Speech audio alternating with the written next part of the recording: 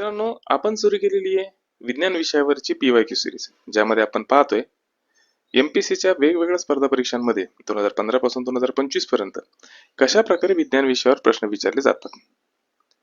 आज आपलं हे दुसरं लेक्चर आहे, ज्याच्यामध्ये आपण कंबाईन ग्रुप सी पूर्व परीक्षा 2024 हा पेपर पाहणार आहे आणि या पेपरमध्ये विज्ञान विषयावर कसे प्रश्न विचारले आहे ते पाहणार आहे. मित्रांनो, हा पेपर अगदी रिसेंट म्हणजे जून 2025 ला झालेला आहे. चला मग सुरुवात करू. 15 सेकंदाचा वेळ आहे. 15 सेकंद सोडून पाहायचा प्रयत्न करा. नाही जमलं तर विथ एक्सप्लेनेशन आपण या 15 ते 16 क्वेश्चनचं अनालिसिस करणार आहोत. चला मग टॉपिकला सुरुवात करू. पहा बरं, जमतो का प्रश्न?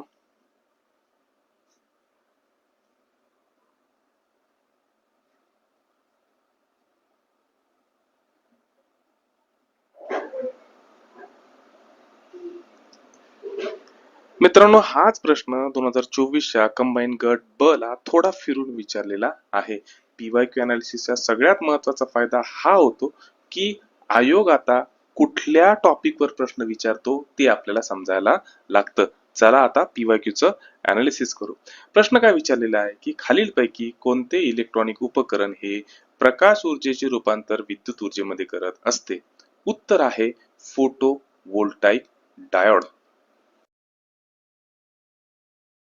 चला आता वेळ झालेली कॉन्सेप्ट पक्का करायची. सगळ्यात पहिल्यांदा पाहू फोटो व्होल्टाईक डायोड म्हणजे काय, पण तत्पूर्वी पाहू डायोड म्हणजे काय. तर मित्रांनो, डायोड म्हणजे अशी चावी जी विद्युतधारेला फक्त एकाच दिशेने जायला अलाउड करते, त्याला डायोड म्हणतात. हे डायोड सिलिकॉन किंवा जर्मेनियम यासारख्या सेमीकंडक्टर पासून बनलेले असतात. सिलिकॉन किंवा जर्मेनियम, ज्यांना आपण धातू सदृश्य किंवा मेटलॉइड म्हणून सुद्धा ओळखतो. आपल्या घराच्या छतावर जे काही सोलार पॅनल बसवलेले असतात, या सोलार पॅनल मध्ये हे फोटो व्होल्टाईक डायोड लावलेले असतात, जे सोलार सेल म्हणून सुद्धा ओळखले जातात. हे फोटो व्होल्टाईक डायोड करतात काय, तर सूर्यप्रकाशाचे रूपांतर डायरेक्ट विजेमध्ये म्हणजे विद्युत ऊर्जेत रूपांतर करण्याचं काम हे फोटो व्होल्टाईक डायोड करत असतात. आता सौर ऊर्जेद्वारे जी काही वीज मिळती ती DC च्या स्वरूपात म्हणजे डायरेक्ट करंटच्या स्वरूपात भेटत असती, पण आपल्या घरातली जी काही उपकरणं असतात ती AC वर चालणारे म्हणजे अल्टरनेटिंग करंट वर चालणारे असतात.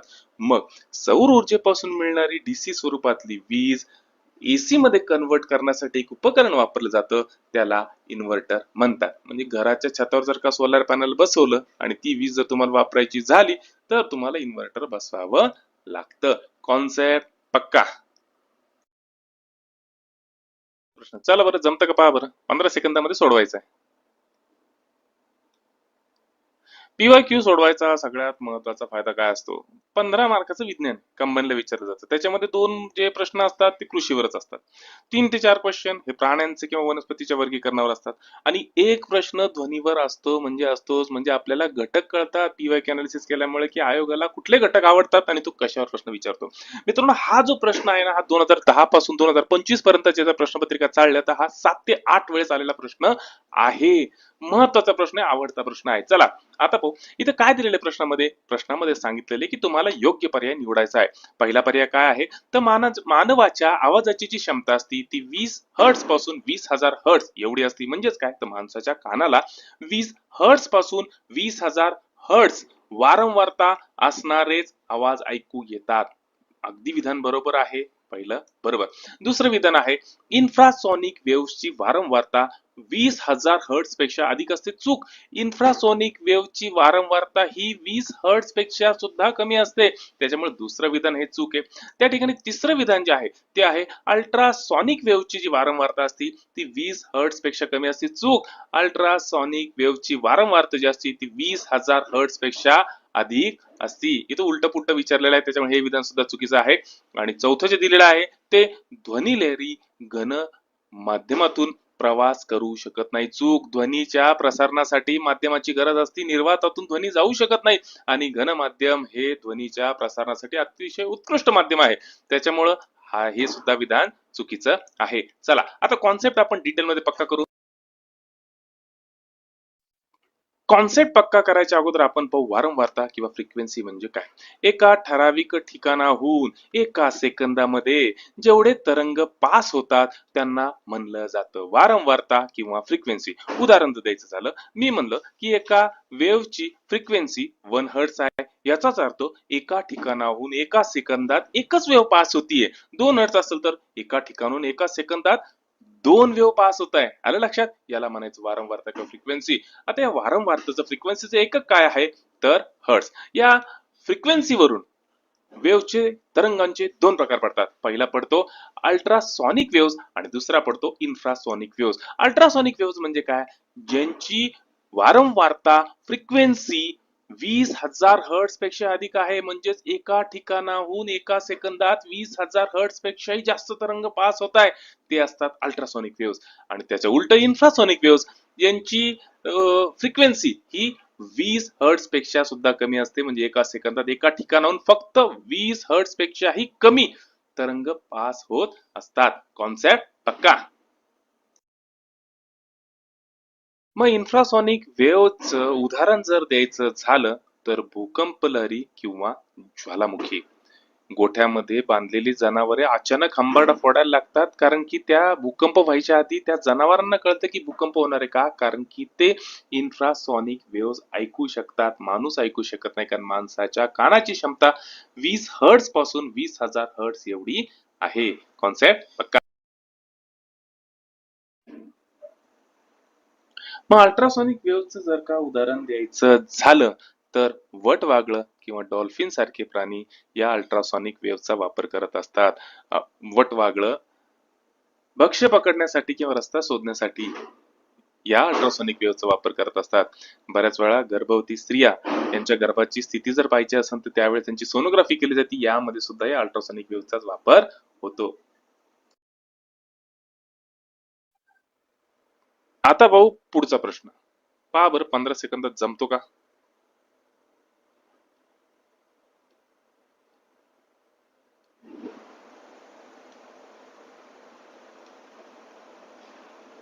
मित्रांनो, हा जो प्रश्न आहे ना, हा 8वी एनसीईआरटी मधून विचारलेला प्रश्न आहे. आयोग आता स्टेट बोर्ड कडून एनसीईआरटी कडे चालले, याचे बेस्ट एक्झाम्पल. प्रश्न काय आहे तर बॉल बेरिंगचा वापर यंत्रामध्ये कोणते घर्षण कमी करण्यासाठी करतात? 4 पर्याय आहे, त्याच्यातलं उत्तर आहे सरपी घर्षण म्हणजे स्लाइडिंग फ्रिक्शन. चला पहिल्यांदा आपण कॉन्सेप्ट पक्का करू, म्हणजे तुम्हाला उत्तर कळन कसं आलं ते. प्रश्न इंग्लिश मध्ये पाहिला म्हणून घाबरायचं कारण नाही. स्टॅटिक फ्रिक्शन म्हणजे स्थितिक घर्षण पहिला प्रकार. याच्यामध्ये काय होतं तर जमिनीवर एखादा निद्रिस्त अवस्थेत पडलेला बॉक्स असतो, निवांत पडलेला असतो. तर जमीन आणि हा बॉक्स यांच्यामध्ये जे घर्षण असतं याला म्हणलं जातं स्टॅटिक फ्रिक्शन. यामध्ये दोन्हीच्या दोन्ही गोष्टी अचल अवस्थेमध्ये असतात. जर का या बॉक्सला हलवायचं असेल तर तुम्हाला बरंच बल प्रयुक्त करावं लागतं. चारही प्रकारामध्ये सगळ्यात जास्त घर्षण जे असतं ते स्टॅटिक फ्रिक्शन मध्ये असतं. दुसरा जो प्रकार आहे तो आहे स्लाइडिंग फ्रिक्शन. या स्लाइडिंग फ्रिक्शन मध्ये होतं काय तर एक जे माध्यम असतं ते अचल असतं आणि एक माध्यम चल असतं. इथं जमीन अचल आहे आणि त्याच्यावर बॉक्स हा लोटला जातोय, हा चल आहे. अजून सोपं उदाहरण जर सांगायचं झालं तर घसरगुंडी. घसरगुंडीमधून आपण जेव्हा घसरतो त्यावेळेस घसरगुंडी जागेवरच असते, मात्र आपण सटकत जातो. याचाच अर्थ याच्यामध्ये एक गोष्ट अचल असते आणि दुसरी गोष्ट चल असते. अशा प्रकारच्या घर्षणाला म्हणलं जातं स्लाइडिंग फ्रिक्शन किंवा कायनेटिक फ्रिक्शन. कॉन्सेप्ट पक्का. पुढचा जो प्रकार आहे तो आहे रोलिंग फ्रिक्शन. याच्यामध्ये एक माध्यम अचल असतं आणि एक माध्यम चल असतं. चल माध्यम म्हणजेच काय, वर्तुळाकार गोष्ट, चाक झालं किंवा रोडवर फिरणारी सायकल झाली. स्लाइडिंग फ्रिक्शन पेक्षा हे कमकुवत असतं. त्याच्या पुढचा जो प्रकार आहे तो आहे फ्लुइड फ्रिक्शन. फ्लुइड फ्रिक्शनचे बेस्ट एक्झाम्पल द्यायचं झालं तर पाण्यात पोहणारा माणूस किंवा हवेत उडणारं विमान. कॉन्सेप्ट पक्का.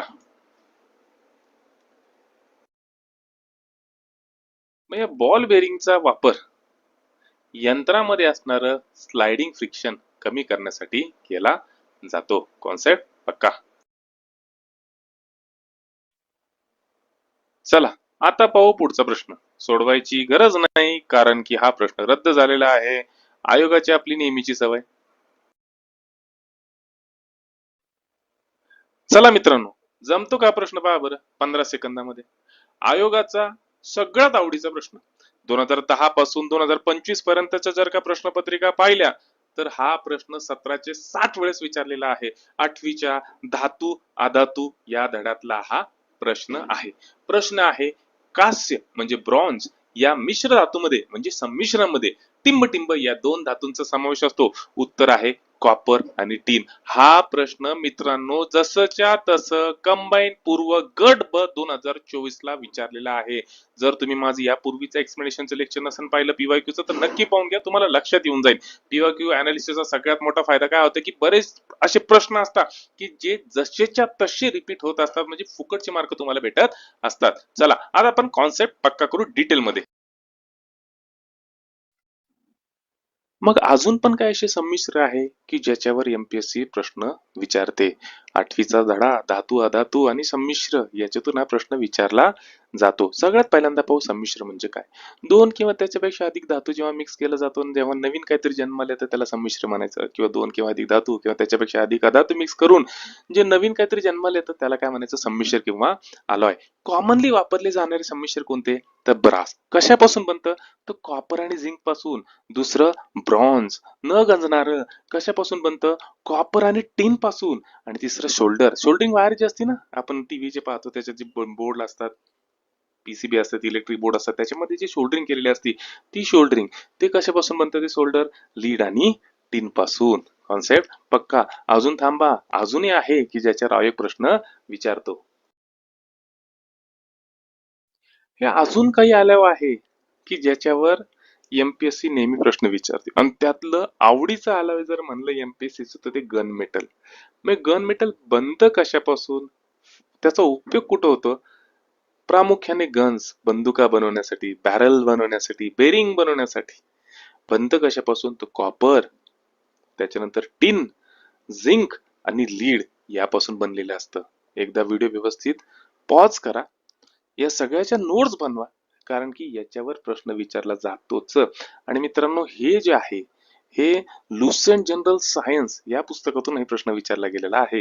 हे गन मेटल कशाला म्हणतात, जर्मन सिल्वर कशाला म्हणतात, शोल्डर, बेल मेटल, रोज मेटल कशाला म्हणतात, किंवा त्याचे संमिश्र कोणकोणते आहे, त्या संमिश्रामध्ये कोणकोणते घटक असतात, प्रश्न नेहमी आयोग विचारतं. व्हिडिओ पॉज करा आणि स्वतःच्या नोट्स तयार करा आणि पाठच करून टाका.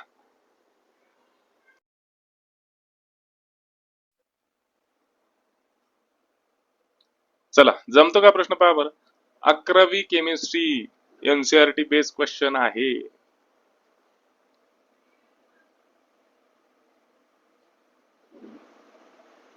मी म्हणलं ना आयोगाचा पॅटर्न आता बदलत चाललेला आहे आणि तो एनसीईआरटी कडे झुकत चाललेला आहे. प्रश्न काय तर खालीलपैकी सर्वात मोठा डायपोल मोमेंट असलेला रेणू काय, तर उत्तर आहे क्लोरोफॉर्म CH Cl3. कॉन्सेप्ट पक्का. चला आता पुढचा प्रश्न सोडू. मी म्हणलं ना 15 प्रश्न विचारतात, 15 प्रश्नामध्ये कमीत कमी 3 ते 4 प्रश्न ते प्राण्यांचं वर्गीकरण किंवा वनस्पतीच्या वर्गीकरणावर विचारतं, म्हणजे विचारतं. त्यातला हा बेस्ट एक्झाम्पल. हा प्रश्न सुद्धा एनसीईआरटी मधून आलेला आहे, मी मान्य करतो. चला आता पाहू आपण पुढचा प्रश्न.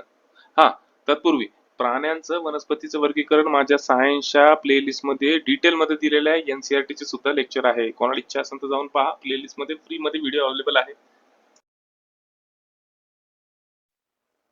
चला आता पाहू पुढचा प्रश्न. जमते का पहा बरं 15 सेकंदात. हा सुद्धा प्राण्यांच्या वर्गीकरणातून विचारलेला प्रश्न आहे. एक धडा प्राण्यांचं आणि वनस्पतीचं वर्गीकरण 8वी 9वी 10वी 11वीतून डिटेल केलं ना 3 ते 4 मार्क तुम्हाला कंबाईनला आरामशीर येतात. पीवायक्यू अनालिसिस तुम्हाला हेच सांगतं.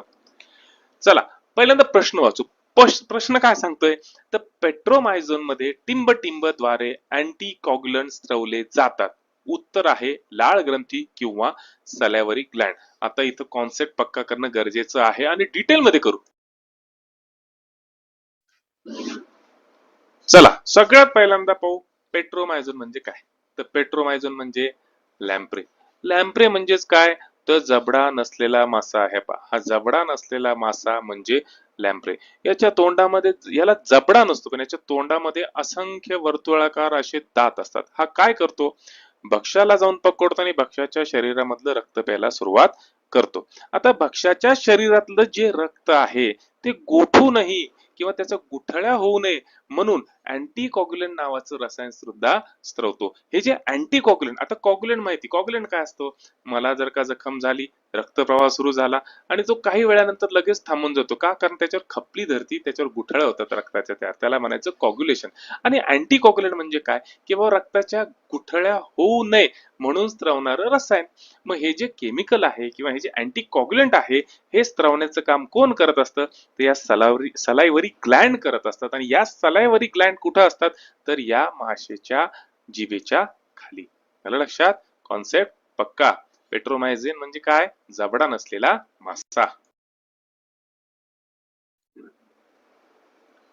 अतिशय सोपा प्रश्न. पहा बरं जमतो का 15 सेकंदात सोडवायला? जमणारच आहे. मी म्हणलं ना मित्रांनो, 15 मार्कामध्ये तुम्हाला 3 ते 4 क्वेश्चन हे प्राण्यांचे वर्गीकरण किंवा वनस्पतीचे वर्गीकरण मधूनच येतात. त्याच्यामुळं महत्वाचे धडे कोणते? तर प्राण्यांचे आणि वनस्पतीचे वर्गीकरण. नाही जमलं ना सगळं तर फक्त एवढं 2-3 टॉपिक करा, 5-6 मार्क तुम्ही आरामशीर घेऊन येता. चला प्रश्न पाहू. प्रश्न काय सांगतोय? तर प्रश्न हे सांगतोय, तर कांगारू प्राणी हा टिंब फायलम मध्ये समाविष्ट होतो. सस्तनी प्राण्यांमध्ये येणारा गट आहे किंवा सस्तनी गटामध्ये येणारा प्राणी आहे मॅमिलिया गटातला. ठीक आहे, कॉन्सेप्ट पक्का. आता पाहू पुढचा प्रश्न. कृषीवर आधारित 15 पैकी एक क्वेश्चन तरी विचारला जातो. मी तुम्हाला सांगितलंय आणि हा तोच प्रश्न आहे. जमणार, सगळ्यांना जमणार हा प्रश्न. प्रश्न एकदम सोपा आहे. जैविक खतांमुळे खालील 4 पर्यायांपैकी काय होतं? तर मातीमधल्या पोषण तत्वांचे समृद्धीकरण होत असतं. जैविक खत आणि रासायनिक खत, जैविक खतामुळे मातीतील पोषण तत्वांचं समृद्धीकरण होत असतं.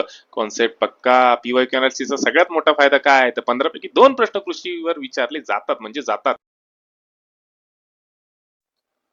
परत कृषीवर आधारित दुसरा प्रश्न आणि आयोगाचा आवडीचा प्रश्न आहे. पहा बरं जमतो का 15 सेकंदात? 2 क्वेश्चन नेहमी आयोग विचारतो. एक म्हणजे प्लांट हार्मोन म्हणजे वनस्पती संप्रेरके किंवा पिकांवर पडणारे आजार. 15 पैकी 2 क्वेश्चन येतात म्हणजे येतात. इथं प्रश्न काय दिलेला आहे? तर भुईमुगावरील टिक्का रोग कोणामुळे होतो? तर पर्याय नंबर 2 सर्कोस्पोरा. आता मित्रांनो एक लक्षात ठेवा की हा प्रश्न थोडा फिरून विचारलेला आहे, पण कंबाईन पूर्व गट ब 2024 ला विचारलेला आहे. लक्षात घेण्यासारखी गोष्ट काय? तर आयोगाला कोणता घटक आवडतो किंवा या वर्षी आयोगाचा ट्रेंड कुठल्या घटकावर प्रश्न विचारायचा आहे तो आपल्याला लक्षात येतो. कॉन्सेप्ट पक्का.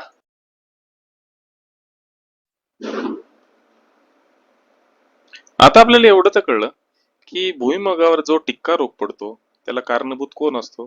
तर सर्कोस्पोरा. इतर 3 पर्याय पण पाहू, ते कुठल्या रोगाला कारणीभूत असतात. पहिला पर्याय जो दिला आहे उत्तरामध्ये तो आहे फ्युजारियम. बरोबर आहे. तर हा जो आहे हा विल्ट नावाचा जो रोग आहे हा प्रामुख्याने केळी, कपाशी आणि टोमॅटोवर पडतो, याला कारणीभूत असतो. त्याच्यानंतर कोलेटोट्रियम हा जो आहे हा रेड रूट म्हणजे लाल मुळ जे असतात ऊसामध्ये जे दिसतात त्या रोगासाठी कारणीभूत असतात. आणि पक्सिनिया, पक्सिनिया जो आहे हा काळा गंज जो आपल्याला गव्हावर दिसतो म्हणजे ब्लॅक रस जो आपल्याला गव्हावर दिसतो त्या रोगासाठी कारणीभूत असतो. मित्रांनो मी सांगितलं ना तुम्हाला की 15 पैकी 2 प्रश्न कृषीवर येतात म्हणजे येतात.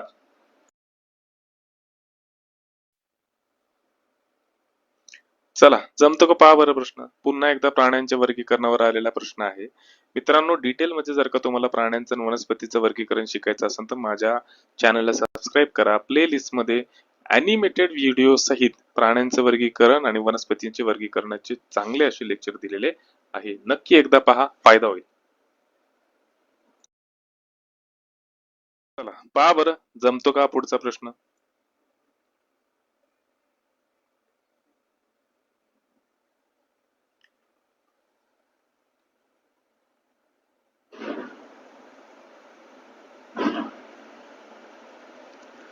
आठवीचा स्टेट बोर्डचा दुसरा धडा आरोग्य आणि रोग याच्यामधून हा प्रश्न विचारला गेलेला आहे.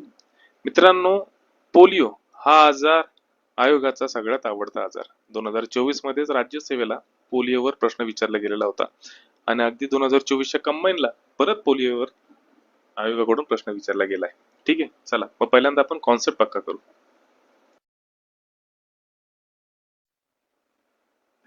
आपल्याला माहिती पोलिओ म्हणजे काय, तर व्हायरल डिसीज. कशामुळे होतो, व्हायरसमुळं. कोणत्या व्हायरसमुळं, तर पोलिओ व्हायरसमुळं.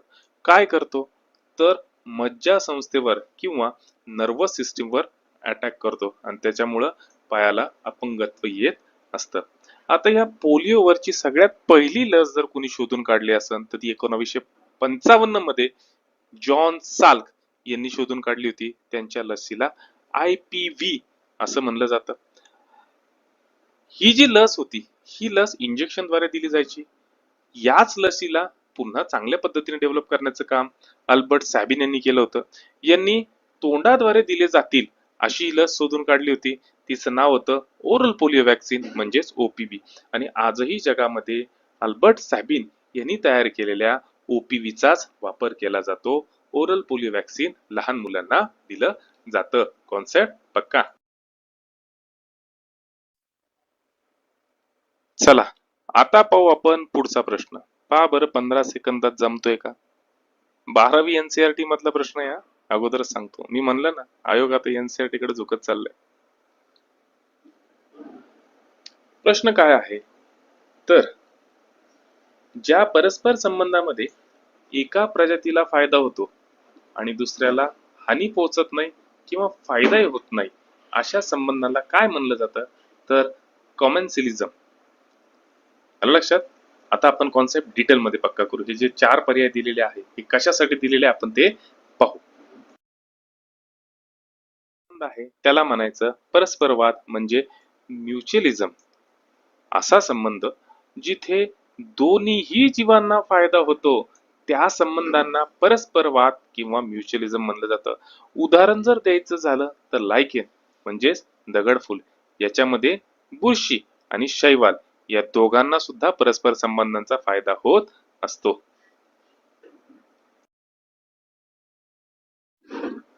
पुढचा संबंध सहभागवाद म्हणजे कमेन्सिलिझम, जे आपलं उत्तर होतं.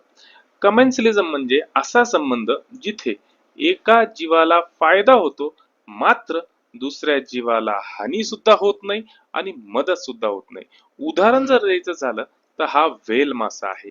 या व्हेल माशाच्या शरीरावर वाढणारे बॉन्सकल्स, हे बॉन्सकल त्याच्या शरीरावर येतात. या बॉन्सकलचा फायदा काय होतो, तर यांना राहण्यासाठी आणि प्रवास करण्यासाठी जागा भेटती, म्हणजे बॉन्सकल्सचा फायदा होतो. पण व्हेलचा कुठल्याही प्रकारचा फायदा होत नाही ना कुठल्या प्रकारचा तोटा होतो. अशा प्रकारच्या संबंधांना सहभागवाद म्हणजेच कमेन्सिलिझम म्हणलं जातं. पुढचा संबंध आहे परजीववाद म्हणजेच पॅरासिटिझम.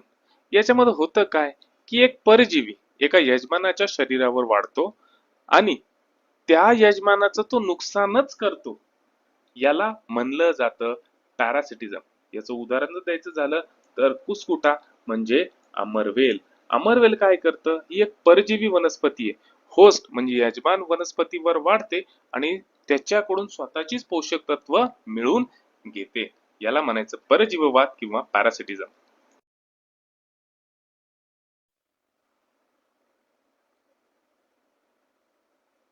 पुढचा जो संबंध आहे तो आहे अमेन्सिलिझम. असा संबंध जिथं एका प्रजातीला नुकसान होते मात्र दुसऱ्यावर त्याचा काहीच परिणाम होत नाही. म्हणजे एका प्रजातीला नुकसान झालं तर दुसऱ्या प्रजातीला फायदा होतो असं नाही, त्याच्यावर काहीच परिणाम होत नाही. याचं उदाहरण द्यायचं झालं तर पेनिसिलिन. पेनिसिलिन नावाची बुरशी जर का वाढायला लागली तर ती इतर बुरशींना वाढू देत नाही. दुसरं, एखादा मोठा प्राणी जर का जंगलातून किंवा रोडवरून चाललाय तर त्याच्या पायाखाली जे काही छोटे छोटे जीव जंतू किंवा किड मुंगे असतात ते मरून जातात, बरोबर आहे. त्याचा उद्देश असतो का त्यांना मारायचा, नाही. हा, पण नुकसान मोठ्या प्राण्यामुळे छोट्या प्राण्यांचं होतं.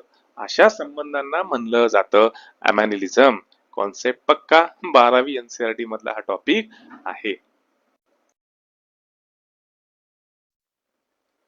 चला आता पाहू आजचा शेवटचा प्रश्न या प्रश्नपत्रिकेमधला. पहा बरं जमतो का 15 सेकंदात. जमणारच, एकदम सोपा आहे.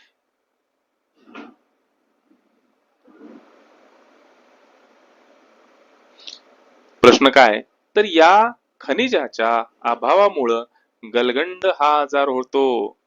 कशाच्या अभावामुळं? तर आयोडीनमुळं. आणि गलगंड म्हणजे काय? तर मोठा झालेला गळा. चला पण डिटेल मध्ये कॉन्सेप्ट पाहू. याच्यावर बऱ्याच वेळा प्रश्न आलेले.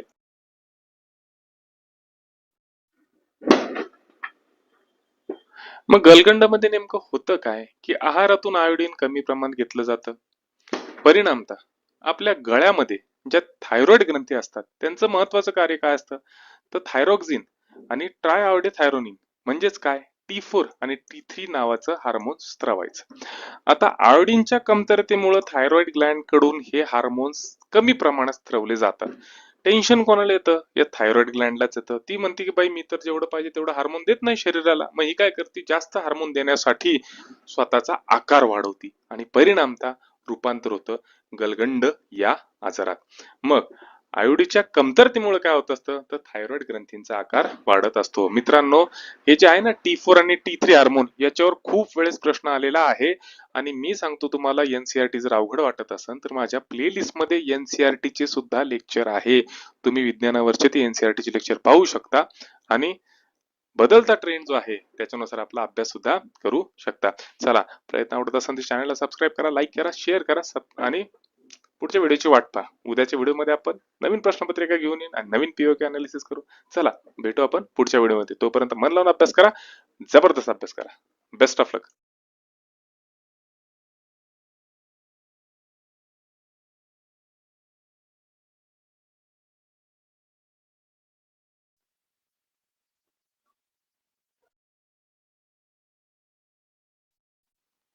मित्रांनो, आपण सुरू केलेली आहे PYQ अनालिसिस सिरीज, ज्याच्यामध्ये आपण पाहतोय विज्ञान विषयावर 2015 पासून 2025 पर्यंत कशा प्रकारचे प्रश्न आलेले आहे. आज जी प्रश्नपत्रिका पाहणार आहे ती आहे 30 एप्रिल 2023 ला झालेला पेपर, संयुक्त गट ब आणि गट क यांची पूर्व परीक्षा. चला मग सुरुवात करू.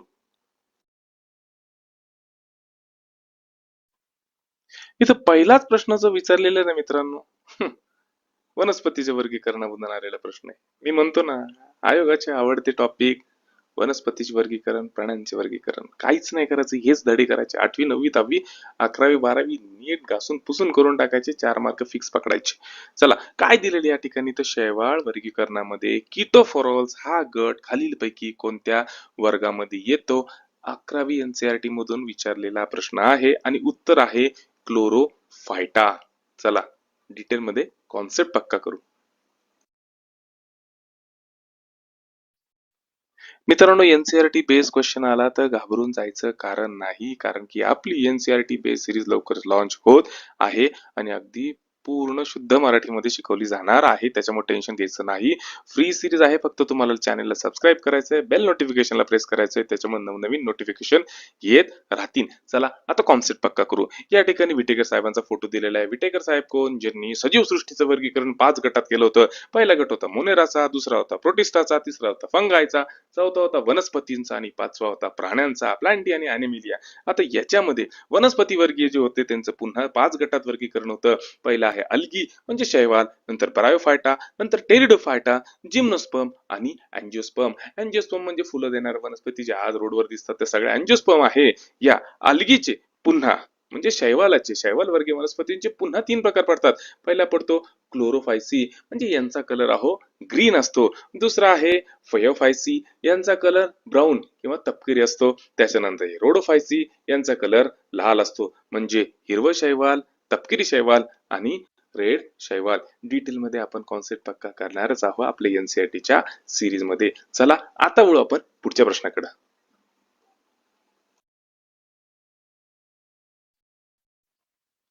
15 सेकंदाचा वेळ आहे आणि अगदी सोपा प्रश्न आहे. सोडून पहा, जमतो का? जमणार.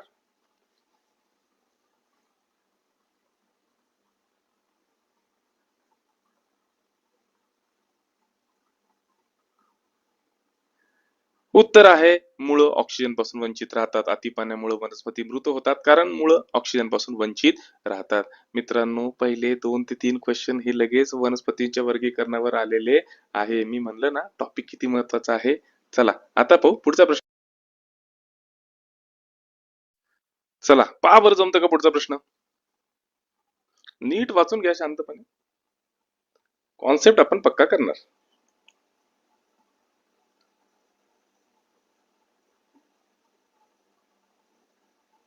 प्रश्नाला पाहिलं की मित्रांनो एक गोष्ट लक्षात येते की हा जो प्रश्न आहे हा तुम्हाला 10वी पर्यंतच्या पुस्तकामध्ये सापडणार नाही.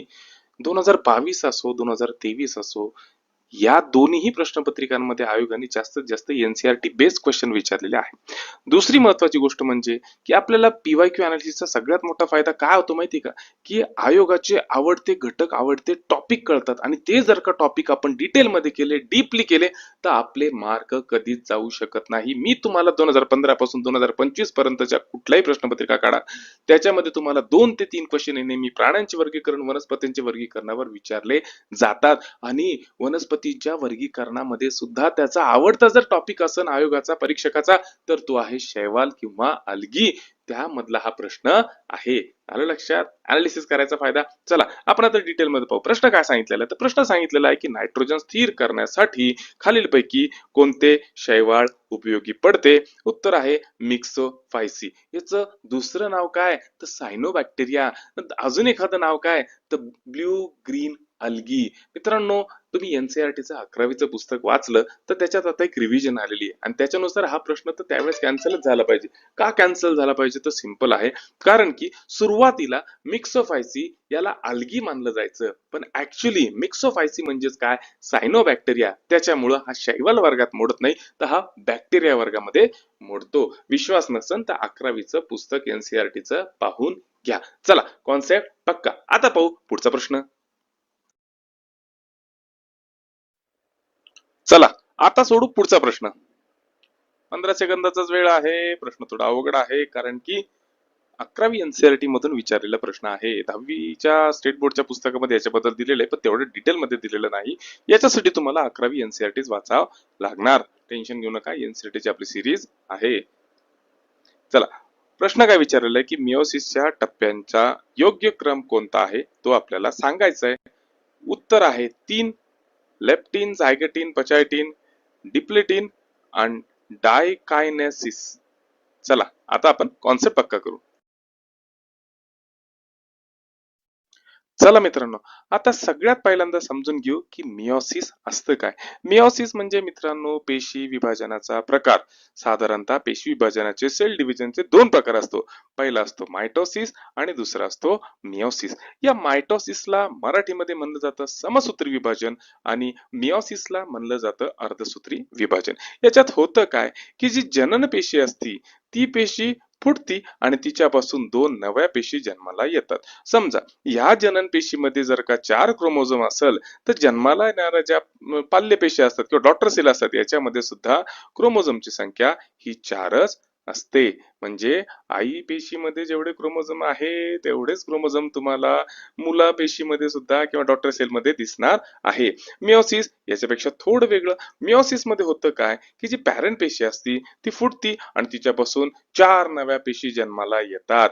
पण यांच्यामध्ये असणाऱ्या क्रोमोझोमची संख्या आणि जन्माला आलेल्या डॉटर मध्ये असणाऱ्या क्रोमोझोमची संख्या ही निम्मी असते. समजा याच्यात जर 4 असेल तर याच्यामध्ये 2-2 असते. म्हणून याला काय म्हणलं जातं अर्धसूत्री विभाजन. कॉन्सेप्ट पक्का. आता डिटेल मध्ये अजून पाहू की समसूत्री विभाजन म्हणजे मायटोसिस आणि मिओसिस घडतं कुठं. अहो मायटोसिस म्हणजे काय तर माझी जी वाढ झालेली आहे शरीराची, बरोबर आहे, माझ्या शरीराच्या वाढ करणाऱ्या पेशी ज्या असतात त्यांना म्हणलं जातं कायिक पेशी म्हणजे सोमॅटिक सेल. या सोमॅटिक सेलचं रेग्युलरली विभाजन होत असताना एका पेशींपासून 2 पेशी तयार असतात. रोज पेशी मारतात. आंघोळ केली का आपण टॉवेलने पुसतो त्याच्यामध्ये ज्या मेरपूत पेशी असतात त्या निघून जातात. परत त्याच्याऐवजी नवीन पेशी जन्म घेत असतात. हे जे शारीरिक पेशी आहे यांना म्हणायचं कायिक पेशी किंवा सोमॅटिक सेल. आणि याच्यामध्ये प्रामुख्याने मायटोसिस म्हणजे समसूत्री विभाजन दिसून येत असतं. महत्वाचं वैशिष्ट्य काय की गुणसूत्रांची जी संख्या असती ती मूळ पेशींसारखीच समान असते. त्याच्या अगदी विरुद्ध ते आहे अर्धसूत्री विभाजन म्हणजे मिओसिस. मिओसिस घडतं कुठं तर जनन पेशीमध्ये म्हणजे जर्म सेल मध्ये. तुम्ही म्हणता सर जर्म सेल म्हणजे काय. अहो आपला जन्म झाला आपल्या आई वडिलांमुळे. कसा आईकडून आलं अंड आणि वडिलांकडे होतं स्पर्म. या दोन्हीच्या दोन्ही पेशी एकत्र या दोन्हीच्या दोन्ही पेशी ज्या आहे यांना काय म्हणायचं जर्म सेल किंवा जनन पेशी म्हणायचं. मग या जनन पेशींमध्ये जे पेशी विभाजन घडून येतं त्याला म्हणलं जातं मिओसिस. आणि याच्यामध्ये जन्माला ज्या अपत्य पेशी असतात त्या 4 असतात. हा फक्त एवढं असतं की मूळ पेशी पेशीमध्ये जेवढा क्रोमोझोम किंवा गुणसूत्रांची संख्या असते त्याच्या निम्मी संख्या या डॉटर पेशींमध्ये असते. कॉन्सेप्ट पक्का?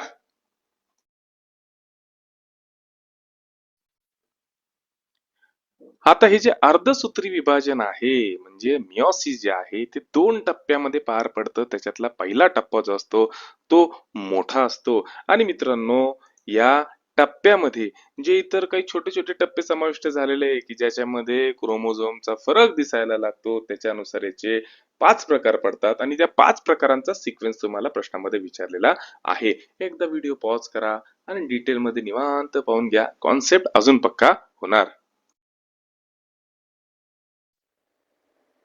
चला आता सोडू पुढचा प्रश्न. 15 सेकंदाचा वेळ आहे, पहा बरं जमतोय का.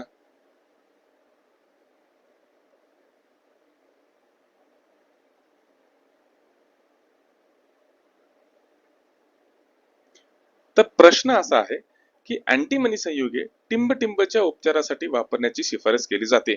उत्तर आहे सिस्टोमियासिस. पर्यायामध्ये जे काही 3 नावं दिलेली आहे ती आजाराची नावं आहे आणि हे आजार परजीवीमुळे होत असतात. परजीवीचं उदाहरण द्यायचं झालं तर आपल्या पोटात राहणारे जंत. चला आता कॉन्सेप्ट आपण डिटेल मध्ये पक्का करू. मित्रांनो उत्तरामध्ये जो पहिला पर्याय दिलेला आहे तो आहे एलिफंटियासिस म्हणजे हत्ती रोग. आता हत्ती रोग कशामुळे होतो तर हत्ती रोग हा परजीवीमुळे होतो. कोणता डास चावल्यामुळे होतं तर क्युलेक्स नावाच्या डासाची मादी चावली की हा आजार होत असतो. आता या डासामुळे होतो का नाही, डास हा फक्त वाहकाचं काम करत असतो. हा पण हा काय वाहत असतो तर राऊंडवर्म म्हणजे गोल कृमीसारखे परजीवी वाहत असतो. डासामुळं त्यांची एंट्री आपल्या शरीरामध्ये होती आणि परिणामतः आजार बळावतो आणि पायाला सूज येते आणि हत्ती रोगासारखा आजार होतो.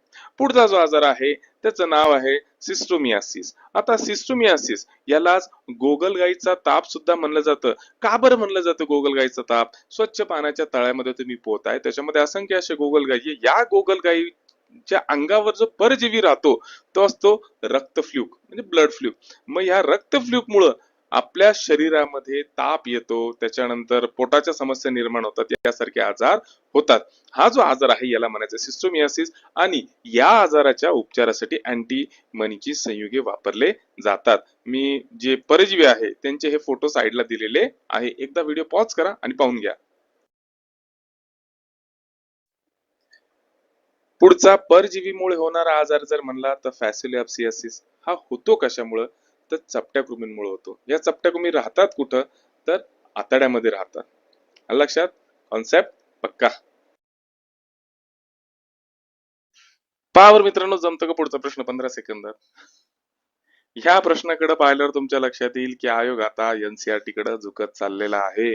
आयोगासाठी सगळ्यात महत्वाचे जो टॉपिक म्हणला तर तो प्राण्यांचं वर्गीकरण आणि वनस्पतींचं वर्गीकरण संयुक्त गट ब क या एक्झामला कमीत कमी 3 ते 4 क्वेश्चन प्राण्यांचं आणि वनस्पतीच्या वर्गीकरणावर विचारले जातात. त्याच्यामुळे काय करायचं तर 8वी 9वी पासून सुरुवात करायची ते 11वी 12वी पाशीच जाऊन थांबायचं. कारण आपल्याला माहिती की बाबा 2च धडे आपण जर का व्यवस्थित केले तर आपल्याला 4 ते 5 मार्क नक्की मिळणार आहे. चला आता पाहू प्रश्न. प्रश्न काय आहे की साधारणपणे पोरीफेरामध्ये गॅमेट कशामुळे तयार होतात तर उत्तर आहे आर्किओसाइट्स. आता खाली जे 4 पर्याय दिलेले मित्रांनो हे चारीच्या चारी पर्याय काय आहे तर हे पेशींचे प्रकार आहे. डिटेल मध्ये पाहू ना, कॉन्सेप्ट पक्का करू पुढच्या स्लाइडवर. सगळ्यात पहिल्यांदा अॅनिमेशन पाहायचं. अॅनिमेशन मध्ये हा जो सजीव दिसतो हा आहे पोरीफेरा. मराठीत जर का सांगायचं झालं याला स्पंज म्हणायचं. म्हणजे आपण अभ्यास करणारे स्पंज वर्गीय सजीवांचा आयोगाचा आवडता सजीव कोणता शैवाल, दुसरा कोणता पोरीफेरा म्हणजे स्पंजवर्गीय सजीव. आता हे जे स्पंजवर्गीय सजीव आहे हे पंचवर्गीय सजीवांमध्ये 4 प्रकारच्या पेशी आढळतात. त्याच्यातली पहिली पेशी जी आहे ती आहे आर्किओसाइट. आर्किओसाइट काय करते तर ती अमिबा सारखी असती म्हणजे स्वतःचा आकार बदलू शकते. आणि दुसरं महत्वाचं काय तर या टोटीपोटंट पेशी असतात. टोटीपोटंट पेशी कशाला म्हणायचं की ज्या नवीन पेशींना जन्म देऊ शकतात, नवीन पेशींमध्ये विकसित होऊ शकतात त्यांना म्हणायचं टोटीपोटंट पेशी. गॅमेट जे असतात ते आर्किओसाइट्स मुळे तयार होत असतात. कॉन्सेप्ट पक्का? दुसरा जो प्रकार आहे पेशीचा तो आहे कोइनोसाइट्स. कोइनोसाइट्सला म्हणलं जातं कॉलर पेशी. कॉलर पेशींवर काय असतात फ्लॅजेला असतात आणि हे काय करतात हे पहा या इथं फ्लॅजेला असतात आणि काय करत असतात तर भक्ष्य पकडण्याचं काम करत असतात आणि सोबतच पाणी खेचण्याचं सुद्धा काम करत असतात. तिथे पहा ना, इथं यांनी फ्लोरोसेंट मारलेलं, यांनी खेचलं आणि लगेच इकडून बाहेर सुद्धा काढलं. म्हणजे स्पंज काय करत असतात, या स्पंज मध्ये या ज्या कॉलर पेशी असतात ते काय करत असतात, त्याच्यावर असलेल्या फ्लॅजेला पाणी खेचण्याचं काम करत असतात आणि श्वसनात सुद्धा मदत करतात. कॉन्सेप्ट पक्का.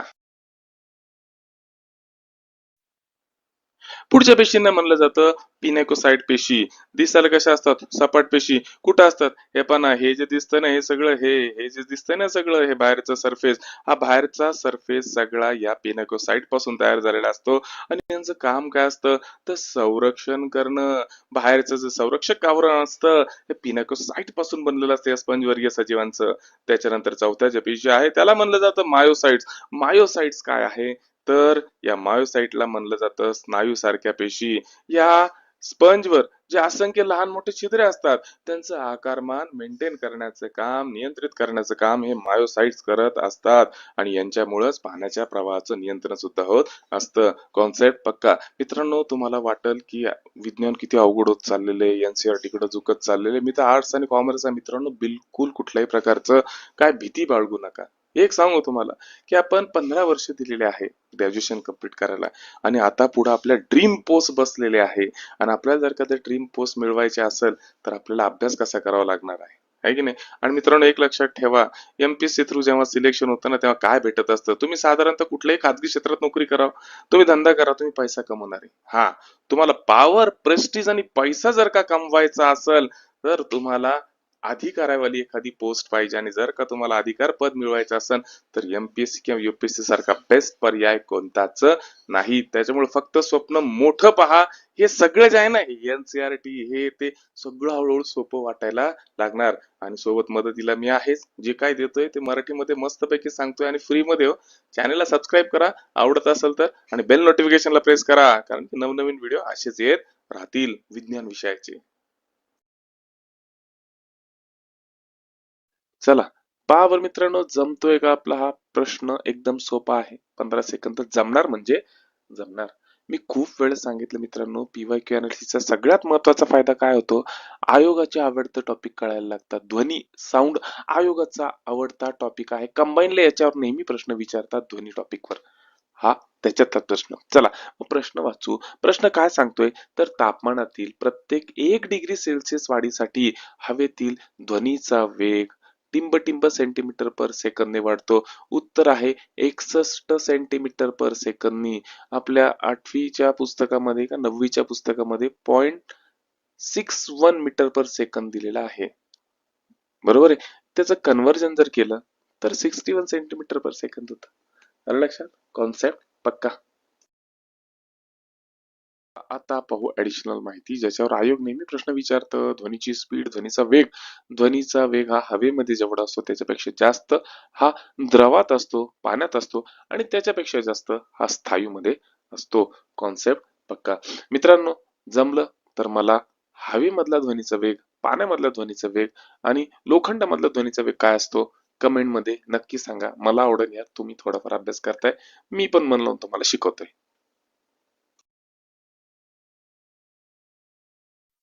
चला, प्रश्न एकदम सोपा आहे आणि जमलंच पाहिजे. 15 सेकंद.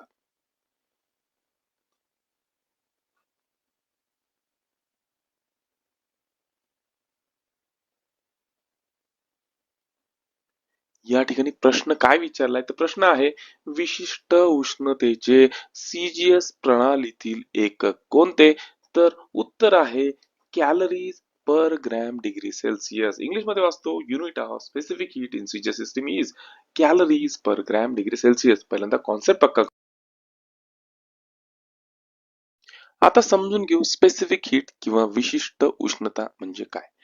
कुठल्याही एका पदार्थाचं तापमान 1 डिग्री सेल्सिअसनी जर का तुम्हाला वाढवायचं असेल आणि त्यासाठी जी उष्णता लागणार आहे तिला म्हणायचं विशिष्ट उष्णता किंवा स्पेसिफिक हीट. कॉन्सेप्ट पक्का. त्याचं युनिट ऑलरेडी आपण पाहिलेलं आहे. पुढचा प्रश्न पाहायची काही गरज नाही, आयोगाने त्याच्या नेहमीच्या सवयीप्रमाणे प्रश्न रद्द केलेला आहे.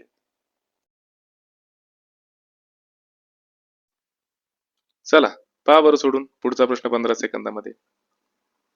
प्रश्न पाहून घाबरून जाऊ नका. पीवायक्यूचा सगळ्यात मोठा फायदा ट्रेंड कळतो. हा टॉपिक सुद्धा आयोगाचा आवडता टॉपिक आहे. कोणता? रोग आणि आरोग्य. 8वी स्टेट बोर्डला हा धडा आहे. तोच डिटेलमध्ये तुम्हाला 11वी 12वी एनसीईआरटी मध्ये दिलेला आहे. म्हणजे हा जर का धडा व्यवस्थित केला तिन्ही पुस्तकांमधून, तर तुम्हाला 101% सांगतो की 1 ते 2 मार्क विज्ञानामध्ये भेटणार म्हणजे भेटणार. आणि दरवर्षी याच्यावर प्रश्न विचारले जातात या टॉपिकवर. चला, प्रश्न काय आहे तर डांग्या खोकला हा आजार कोणत्या जीवाणूच्या संसर्गामुळे होत असतो? उत्तर आहे बोर्डेटेला पिट्युरियासिस. कॉन्सेप्ट पक्का. चला आता पाहू पुढचा प्रश्न. चला पुढचा प्रश्न अतिशय सोपा आहे. पहा बरं जमतो का 15 सेकंदामध्ये. पोषक तत्वे आणि विटॅमिन्स, न्यूट्रियंट्स आणि विटॅमिन्स याच्यावरचा डिटेल व्हिडिओ एनसीईआरटी लुसेंट या दोन्ही पुस्तकांचा अभ्यास करून तयार केलेला आहे. त्याची लिंक मी डिस्क्रिप्शन मध्ये देऊन ठेवतो. पेपरला याच्यातल्या बऱ्याच गोष्टी येतात, त्याच्यामुळे जमलं ते एकदा पाहाच. आणि हा, माझा प्रयत्न आवडत असेल तर चॅनलला शेअर करा, सबस्क्राईब करा, बेल नोटिफिकेशनला प्रेस करा. चला, प्रश्न काय आहे? प्रश्न आहे की खालीलपैकी कोणते जीवनसत्व ऑक्सिडेशन प्रतिबंध करणारे आहे? उत्तर आहे जीवनसत्व ई. डिटेल मध्ये आपण कॉन्सेप्ट पक्का करू. चला, सगळ्यात पहिल्यांदा पाहू की अँटीऑक्सिडंट काय असतं. मित्रांनो, आपल्या शरीरामध्ये असंख्य प्रकारचे फ्री रॅडिकल्स असतात, मुक्त आयन्स असतात. हे मुक्त आयन्स एवढे घातक असतात की आपल्या पेशीवर अटॅक करू शकतात, पेशींचं आयुष्य कमी करू शकतात, पेशींचा नाश करू शकतात. आणि यांच्यापासून, या फ्री रॅडिकल्स पासून पेशींचं संरक्षण करण्यासाठी शरीरामध्ये एक घटक असणं आवश्यक आहे. त्याला म्हणायचं अँटीऑक्सिडंट. आणि हा जो अँटीऑक्सिडंट आहे हा विटॅमिन ई मुळे मिळतो. या विटॅमिन ई चं सायंटिफिक नाव आहे टोकोफेरॉल. विटॅमिन ई युक्त पदार्थ खा, फळं खा आणि आयुष्यभर तरुण राहा. याचं दुसरं नाव आहे वार्धक्य विरोधी anti ageing vitamin, vitamin E.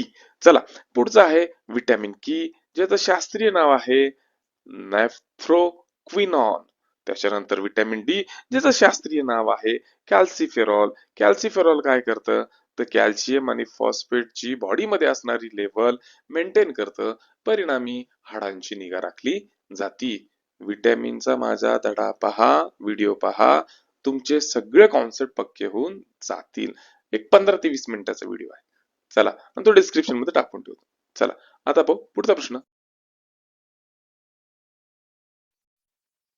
पहा बरं मित्रांनो, जमतं का प्रश्न हा 15 सेकंदामध्ये? प्रश्नाकडे पाहिलं ना, लगेच लक्षात येतं की बाबा आयोग आता एनसीईआरटी कडे झुकत चाललेला आहे. 12वी एनसीईआरटी बायोलॉजी टॉपिकचं नाव आहे हेल्थ अँड डिसीज. त्यातून हा प्रश्न आलेला आहे. मी मगाशीच म्हणलं तुम्हाला महत्वाचं टॉपिक आहे बरं का. रोग, आरोग्य आणि रोग 8वीचा धडा आणि 12वीचा धडा, दोन धडे व्यवस्थित करा. तुम्हाला 2 ते 3 प्रश्न या धड्यातून येणार म्हणजे येणार. चला प्रश्न पाहू. प्रश्न काय आहे तर टिंबटिंब या औषधे मध्यवर्ती मज्जासंस्था पचनसंस्था यांच्यातील संवेदी चेतातंतूच्या टोकावर बद्ध राहतात. मित्रांनो, औषध नाही बरं का, ड्रग्स, चरस, गांजा याच्यावरचा टॉपिक आहे आणि याच्यावरचा हा प्रश्न आहे. इंग्लिश मध्ये प्रश्न वाचू. Dash dash are drugs which bind to receptors present in central nervous system and gastrointestinal tract. उत्तर आहे ओपिओइड्स. चला, पहिल्यांदा कॉन्सेप्ट पक्का करू. आणि हा, माझी एनसीईआरटी ची सिरीज सुरू झालेली आहे. आवडत असेल तर आता चॅनलला लाईक करा, शेअर करा, सबस्क्राईब करा. सगळं फुकट आहे बरं का. जाऊन फक्त माझी प्लेलिस्ट टॅली करा किंवा चेक करा. वाटलंच तर मी डिस्क्रिप्शन मध्ये लिंक देऊन ठेवतो.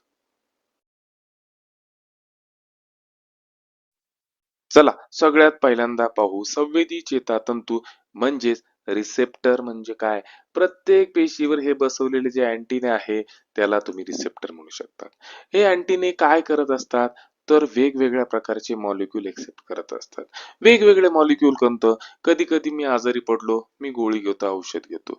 कधी कधी मला वाटलं तर मग मी इन्सुलिनचं इंजेक्शन घेईन. हा, काही लोक दारू सुद्धा पितील. मग हे वेगवेगळे मॉलिक्यूल जे आहे ते एक्सेप्ट करण्याचं काम कोण करत असतं?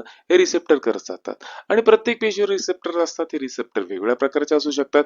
जसं माझ्या जिभेवर रिसेप्टर्स आहे जे मला चवीचं ज्ञान करून देतात. माझ्या हातावर रिसेप्टर आहे जे मला स्पर्शाचं ज्ञान करून देत असतात. म्हणजेच काय तर रिसेप्टर्स म्हणजे मॉलिक्यूल धरून ठेवणाऱ्या पेशीवरचे अँटीने. कॉन्सेप्ट पक्का. आता आपण डिटेल मध्ये पक्का करू अजून कॉन्सेप्ट. मग आपल्याला एवढं कळलं की प्रत्येक पेशीवर वेगवेगळ्या प्रकारचे रिसेप्टर, संवेदी चेतातंतू किंवा अँटीने बसवलेले असतात आणि वेगवेगळ्या प्रकारचे मॉलिक्यूल एक्सेप्ट करत असतात. ज्यात पहिला मॉलिक्यूल आहे ओपिओइड. ओपिओइड म्हणजे काय? अहो, अंमली पदार्थ, ड्रग्सचा एक प्रकार आहे. व्यावहारिक जर नाव सांगायचं झालं, उदाहरण त्याचं सांगायचं झालं तर मॉर्फिन किंवा हेरोईन. बंद कशापासून? पॉपीच्या प्लांट पासून, म्हणजेच अफूच्या झाडापासून. हे ओपिओइड जेव्हा एखाद्या व्यक्ती ग्रहण करतो तेव्हा त्याचे मॉलिक्यूल रिसीव्ह करण्यासाठी मज्जातंतूवर, मज्जासंस्थेवर आणि पचन संस्थेच्या पेशींवर हे ओपिओइड रिसेप्टर्स असतात. म्हणजे एखाद्याने जर हेरोईन खाल्लं ते हेरोईन अटॅक कुठं करणार आहे? तर मज्जासंस्था आणि पचन संस्थेवर असणाऱ्या पेशींच्या रिसेप्टरवर, कारण की त्याच ठिकाणी हे ओपिओइड रिसेप्टर असतात. कॉन्सेप्ट पक्का?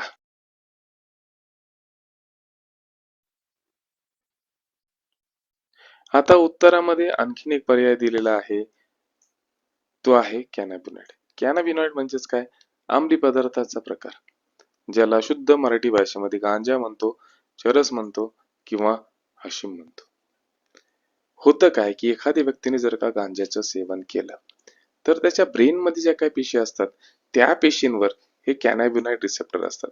मग हे गांजाचे जे मॉलिक्यूल त्याच्या शरीरात गेले ते जाऊन कुठं साचतात? तर मेंदूमध्ये जे काही पेशी आहे त्या पेशींवर बसवलेले हे जे कॅनाबिनॉइड रिसेप्टर आहे त्यावर जाऊन साठतात आणि त्या माणसाला तिथं धक्का बसतो. त्याला काय परमानंद भेटतो तो तिथून भेटत असन. मित्रांनो, एनसीईआरटीने खूप विचारपूर्वक हा टॉपिक टाकलेला आहे की बाबा यंग जनरेशननी या अंमली पदार्थापासून लांब राहिलं पाहिजे. त्याचे तोटे काय आहे, ते घेतल्याने एक्झॅक्टली काय होतं, त्याचे दुष्परिणाम काय होतं, हे सगळ्याचा अवेअरनेस वाढवायसाठीच हा धडा टाकलेला आहे. तिसरा जो प्रकार आहे तो आहे कोकेन, ज्याला आपण कोक किंवा क्रॅक सुद्धा म्हणतो. हे अटॅक किंवा ऍक्ट कुठं करतं? आपल्याला माहिती आहे आपल्या शरीरामध्ये न्यूरॉन्स असतात, चेतापेशी असतात. त्या चेतापेशी काय करत असतात? सिग्नल एका चेतापेशीकडून दुसऱ्या पेशीकडे पाठवत असतात.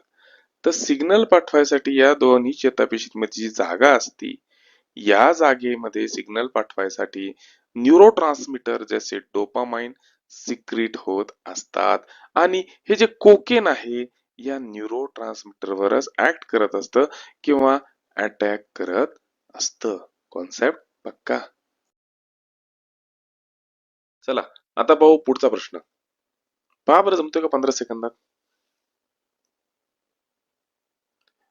मित्रांनो, विज्ञान विषयाचं विनाकारण बर्डन घ्यायचं नाही. मोजके टॉपिक सांगतो तुम्हाला की जे टॉपिक तुम्हाला विज्ञानात चांगले मार्क घेऊन देतील. पहिला, धातू अधातू संमिश्र अलॉय. मागच्या 2 ते 3 वर्षापासून कंटिन्युअसली प्रश्न विचारला जातोय. दुसरा, आरोग्य आणि रोग. तिसरा, ध्वनी. आणि सगळ्यात फेमस, 15 जर का क्वेश्चन विचारले तर त्याच्यापैकी 4 ते 5 क्वेश्चन याच धड्यावर येतात, तो म्हणजे प्राण्यांचे वर्गीकरण किंवा वनस्पतींचे वर्गीकरण. बोटावर मोजण्या एवढे धडे आहे. व्यवस्थित करा, तुम्हाला विज्ञानामध्ये मार्क कमी पडणार नाही, पण इन डेप्थ अभ्यासाची गरज आहे. या ठिकाणी प्रश्न काय विचारला? तर प्रश्न विचारला आहे की जर्मन सिल्वर हा मिश्र धातू खालीलपैकी कुठल्या धातूंच्या मिश्रणातून तयार होत असतो? अलॉय म्हणजे काय? दोन वेगवेगळ्या प्रकारचे धातू मिक्स करावा किंवा दोन वेगवेगळ्या प्रकारचे धातू आणि अधातू मिक्स करा आणि त्याच्यातून नवीन काहीतरी तयार होत असेल त्याला संमिश्र म्हणजे अलॉय म्हणायचं. पण जर्मन सिल्वर हा सुद्धा एक अलॉयचा प्रकार आहे, जो तांबे, निकेल आणि जस्त यापासून तयार होतो. कॉन्सेप्ट पक्का? मी म्हणलं ना तुम्हाला, मागच्या 10 वर्षाचा जर का तुम्ही प्रश्नपत्रिकाचा अभ्यास केला तर लक्षात येतील तुम्हाला की 4 ते 5 प्रकारचे संमिश्र ज्यावर नेहमी प्रश्न विचारले जातात. कोणते? ते पुढच्या स्लाइडवर पाहू.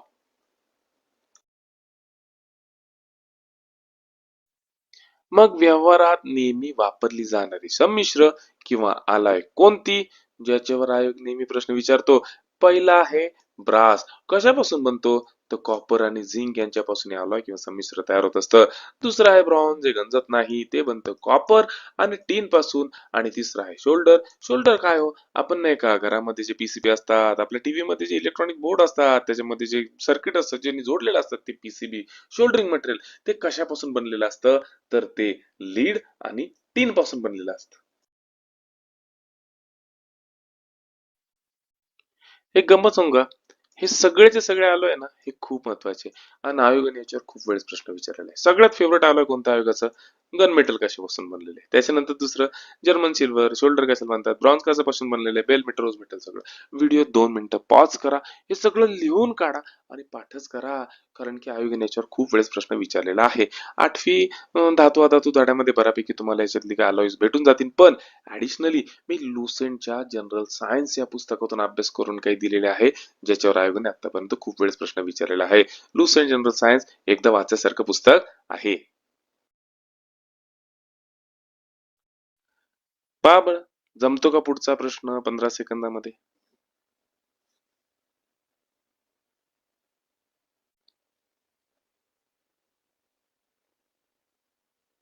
मित्रांनो, 2022 ची प्रश्नपत्रिका पहा, ग्रुप बी ची.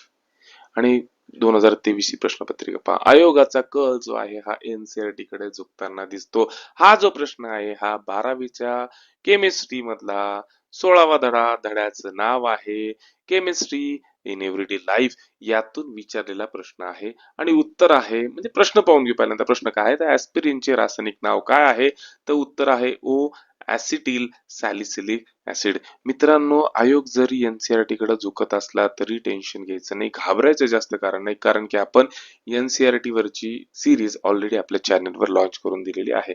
दुसरं महत्वाचं सांगतो तुम्हाला, एकदम बेस्ट फंडा काय, जर का तुम्हाला कुठल्याही विषयात चांगले मार्क घ्यायचे असेल तर नेहमी लक्षात ठेवा की कुठल्याही विषयामध्ये 3 प्रकारचे प्रश्न विचारले जातात. पहिला प्रश्न असतो, पहिले साधारण समजा 10 मार्काचे प्रश्न विचारत असतील कुठल्याही पेपरमध्ये, तर 10 पैकी 4 ते 5 क्वेश्चन हे सोपे असतात, 2 ते 3 क्वेश्चन हे थोडेसे अवघड असतात, आणि एखाद 2 क्वेश्चन हे खूपच अवघड असतात जे कोणाला जमत नाही. मग सिंपल फंडा काय आहे, तर सोप्याला धरून ठेवायचं, अवघडच्या मागे जास्त पळायचं नाही. पहिल्यांदा सोपं पक्क करा आणि नंतर आपण अवघडच्या मागे पळू. आलं लक्षात? चला, आता पाहू पुढचा प्रश्न.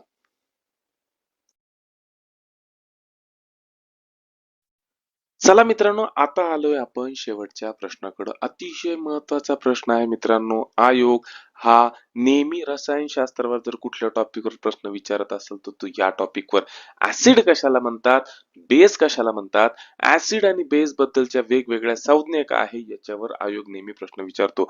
15 सेकंदाचा वेळ होता, तो कंप्लीट झालेला आहे. चला प्रश्न पाहू आपण. प्रश्न काय आहे, तर कठीण आणि मृदू आम्ल आणि अल्कली या संज्ञा कोणी दिल्या होत्या? 4 पर्याय दिलेले आहे. 4 पर्यायामध्ये पहिला पर्याय आहे ब्रॉन्स्टेड, दुसरा आहे लेविस, तिसरा आहे पियर्सन आणि चौथा आहे फ्रँकलिन.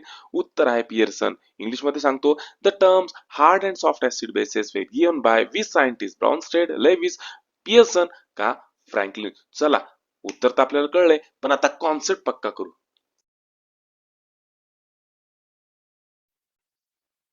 मित्रांनो, प्रश्नामध्ये अजून एक पर्याय दिलेला आहे. पर्याय आहे फ्रँकलिन. कोण होती फ्रँकलिन?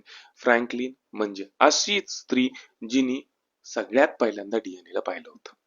हिने काय केलं, एक्सरेचा वापर करून डीएनएचा पिक्चर काढला. त्या पिक्चरचं नाव होतं फोटो 51 आणि तो सगळ्यात फेमस झाला.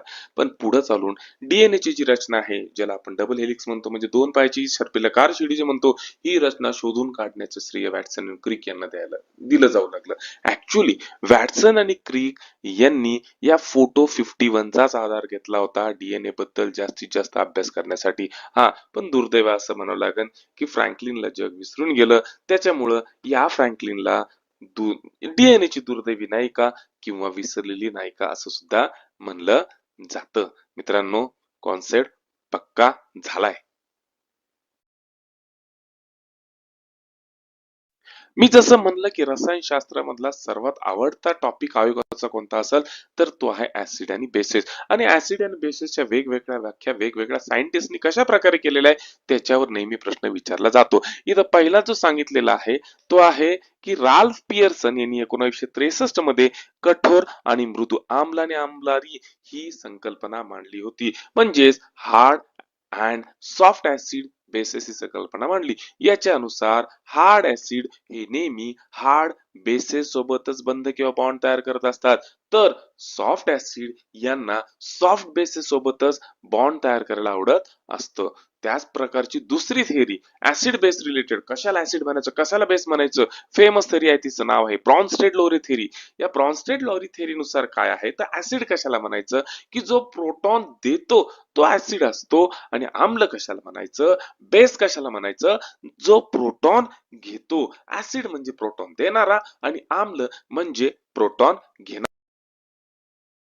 प्रकारे ऍसिड आणि बेस बद्दलची फेमस थेअरी ती आहे लेविसची थेअरी.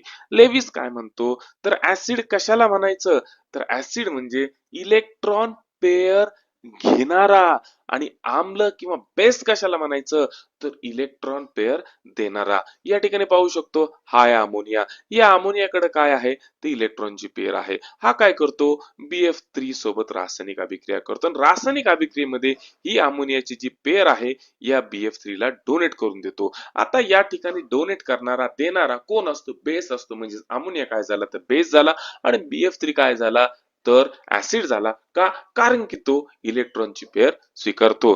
थोडं बोर वाटत असेल मित्रांनो, पण करावं तर लागणार आहे, कारण की पोस्ट खूप खतरनाक आहे, आपण ज्याला ड्रीम पोस्ट म्हणतो, बरोबर ना. कंबाईनला साध्या पोस्ट नाही. ग्रॅज्युएशन करण्यासाठी मित्रांनो आपण 15 वर्ष देत असतो. मग आयुष्यामध्ये जर का चांगलं पद पॉवर प्रेस्टीज मिळवायचे असेल तर तुम्ही थोडा वेळ का नाही देऊ शकत, अभ्यास करावा लागणार, मेहनत घ्यावं लागणार. मित्रांनो सांगतो की सर्वसाधारण जर का तुम्ही नोकरी केली तर तुम्हाला पैसा भेटू शकतो, पण जेव्हा तुम्ही एखाद्या क्लास 1 ऑफिसर म्हणून सिलेक्ट होता तेव्हा तुम्हाला P3 भेटत असतं. म्हणजेच काय, पॉवर भेटत असतो, पैसा तर भेटतो नोकरीच्या स्वरूपाने, आणि प्रेस्टीज सुद्धा भेटत असतं. एवढ्या जर का मोठ्या गोष्टी भेटणार असेल तर मग मेहनत घ्यायला काय हरकत.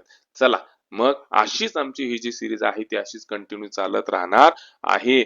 मी प्रत्येक विषयावर PYQ चे अनालिसिस करून तुम्हाला सांगणार आहे, कारण PYQ अनालिसिस शिवाय पर्याय नाही. पेपरमध्ये जे यश मिळवायचं असेल तर तुम्हाला PYQ सोडवावंच लागणार आहे, आणि तसं अनालिसिस करावंच लागणार आहे. प्रयत्न आवडत असेल तर चॅनलला लाईक करा, शेअर करा, सबस्क्राईब करा. मी तुम्हाला सांगायची गरज नाही, आणि बेल आयकॉनला प्रेस करा, कारण की तुम्हाला नोटिफिकेशन वेळेवर भेटत राहतील. चला भेटू आपण पुढच्या व्हिडिओमध्ये, म्हणजेच 2022 च्या प्रश्नपत्रिका पाहणार आहे विज्ञान विषयावरची, गट ब, गट क, आणि नंतर राज्यसेवा सुद्धा सुरू करणार आहोत. चला झटून अभ्यास करा, मन लावून अभ्यास करा.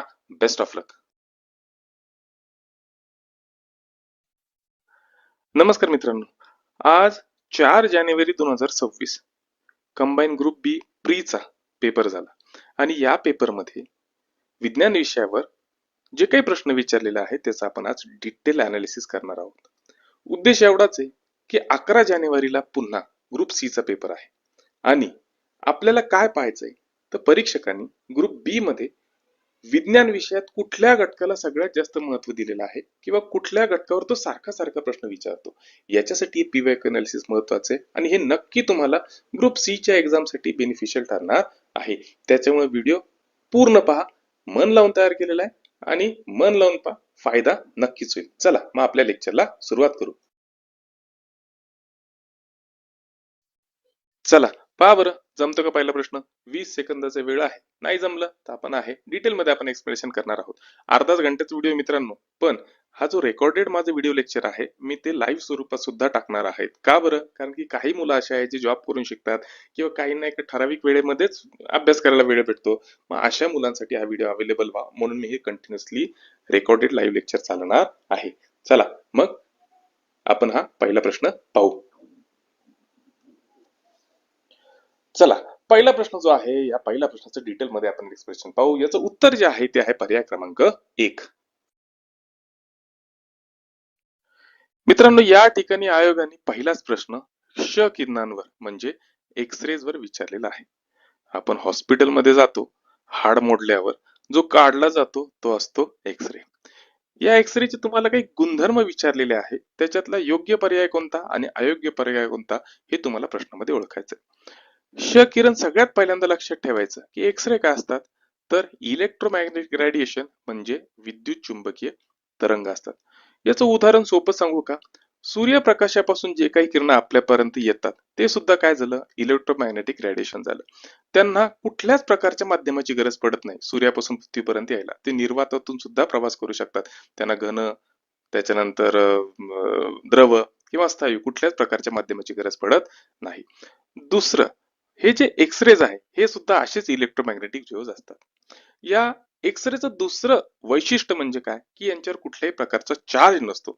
ना हे धनप्रभारित आहे ना हे ऋणप्रभारित आहे, ते न्यूट्रल असतात. हे दोन गुणधर्म लक्षात जर असेल तर तुम्हाला हा प्रश्न सोपा जाणार आहे. चला डिटेल मध्ये पाहू की क्ष किरण काय आहे. तर पहिला पर्याय होता क्ष किरण हे विद्युत चुंबकीय लहरी आहे. अगदी बरोबर, क्ष किरण हे विद्युत चुंबकीय लहरी आहे. ऍडिशनल काय लक्षात ठेवायचं, तर ते प्रकाशाच्या वेगाने सरळ रेषेमध्ये प्रवास करतात, माध्यमाची त्यांना गरज नाही. दुसरं काय दिलेलं आहे की या क्ष किरणांची जी तरंग लांबी आहे ही खूप कमी असती. तुम्ही म्हणता सर तरंग लांबी म्हणजे काय, तर वेव्हलेंथ. वेव्हलेंथ म्हणजे काय, तर distance between two successive crust and trough. म्हणजे दोन दऱ्यांमधलं किंवा दोन उंचवट्यामधलं जे अंतर असतं त्याला तरंग लांबी किंवा वेव्हलेंथ म्हणलं जातं. आणि या एक्सरेची जी तरंग लांबी असती ती अतिशय कमी असती, छोटी असती. हे पहा, ही मोठी तरंग लांबी आणि ही छोटी तरंग लांबी. या एक्सरेची तरंग लांबी ही खूप कमी असते, साधारणतः 0.01 ते 10 नॅनोमीटर. त्यामुळेच त्यांच्या अंगी जास्त ऊर्जा असती आणि ते सामान्य प्रकाशासाठी अपारदर्शक असलेल्या पदार्थामधून सुद्धा जाऊ शकतात. तिसरं तिसरं इथं पर्याय दिलेला आहे की क्ष किरणांच्या वर ऋणभार असतो. चूक, क्ष किरणांवर एक्सरेजवर कुठल्याही प्रकारचा प्रभार नसतो. आणि चौथा जो पर्याय आहे तो आहे क्ष किरण हे विद्युत आणि चुंबकीय क्षेत्रामुळे विचलित होतात. नाही, क्ष किरण हे विद्युत किंवा चुंबकीय क्षेत्रामुळे विचलित होत नाही. कॉन्सेप्ट पक्का. आता पाहू आपण पुढचा प्रश्न. नेहमीप्रमाणे 20 सेकंदाचा वेळ तुम्हाला दिलेला आहे. प्रश्न एकदम सोपा आहे. 8वी 9वी 10वीच्या पुस्तकात हा तुम्हाला सापडून जाईल.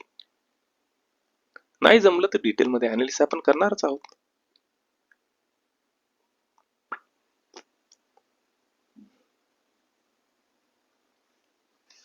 प्रश्न कशावर विचारलेला आहे, तर अप्रकट विलयन उष्मा म्हणजेच लॅटेंट हीट ऑफ फ्युजन याच्याबद्दल तुम्हाला सांगायचंय. 4 पर्याय दिलेला आहे, त्याच्यातला योग्य पर्याय ओळखायचा आहे. चला डिटेल मध्ये अनालिसिस करू. मित्रांनो, पुढचा जो प्रश्न आहे तो विचारला आहे द्रवाचा अप्रकट विलयन उष्मा म्हणजेच लॅटेंट हीट ऑफ फ्युजन. स्टेट बोर्डचा प्रश्न आहे. कॉन्सेप्ट पक्का असेल तर मार्क तुम्हाला नक्की भेटणार. आपण काय करू, भोळा भाषेत पहिल्यांदा कॉन्सेप्ट पक्का करू. काय करायचं, एक व्यावहारिक उदाहरण घ्यायचं. एक पॅन घ्यायचा, त्या पॅन मध्ये बर्फाचे तुकडे टाकायचे आणि त्या पॅनला खालून उष्णता द्यायला सुरुवात करायची. काही वेळाने पॅन तापतं पण बर्फाचा तुकडा काही तापत नाही. मग प्रश्न पडतो की दिलेली उष्णता जी आहे ती जाती कुठं. तर या बर्फामध्ये जे काही कण आहे त्या कणांना धरून ठेवणारे जे काही बंध आहे, इंटरमॉलिक्युलर फोर्सेस, ते बंध तोडण्यासाठी या उष्णतेचा वापर होत असतो. हा, पण त्यावेळेस बर्फाचं तापमान वाढतं का, नाही. ही उष्णता कुठपर्यंत दिली जाते, जोपर्यंत बर्फाचं पूर्ण वितळत नाही किंवा स्थायूमधून तो पूर्ण द्रव रूपात जात नाही तोपर्यंत बर्फाचं काही तापमान वाढत नाही. या दिलेल्या एनर्जीलाच काय म्हणलं जातं, तर लॅटेंट हीट ऑफ फ्युजन म्हणलं जातं. याचं एकक जे आहे ते आहे जूल प्रति किलोग्रॅम. डिटेल मध्ये कॉन्सेप्ट इथं दिलेल्या व्याख्या वाचायची एकदा वाचून घ्या व्हिडिओ पॉज करून. चला आता पाहू पुढचा प्रश्न. चला 20 सेकंदाचा वेळ, पुढचा प्रश्न जमतो का पहा. खूप सोपा प्रश्न आहे, स्टेट बोर्ड सायन्स मधून डायरेक्ट विचारलेला प्रश्न आहे. नाही जरी तुम्हाला एनसीईआरटी विनसीईआरटी करता आलं, स्टेट बोर्ड सायन्स केलं असतं तरी तुम्हाला या प्रश्नाचं उत्तर जमलं असतं. आणि यावेळेसचा जो पेपर आहे सायन्सचा हा थोडक्यात सोपा आहे, टेन्शन सारखं काहीच नाही. चला आता पाहू आपण याचं उत्तर. मित्रांनो, प्रश्न जो आहे आयोगाचा आवडता टॉपिक, काही वर्षापूर्वी 3 वर्षापूर्वीपर्यंत याच्यावर खूप प्रश्न आले होते. कोणता टॉपिक, अल्फा कण, बीटा कण, गॅमा कण याच्यावर विचारले झालेले प्रश्न. तुम्ही पाहिलं का, एक्सरेज पण विचारला गेला आयोगाकडून आणि हे आता अल्फा बीटा गॅमा याच्यावर पण प्रश्न विचारले गेलेले आहेत. चला याचं उत्तर जे आहे ते आहे पर्याय क्रमांक 4. कसं ते आपण डिटेल मध्ये क्लिअर करू.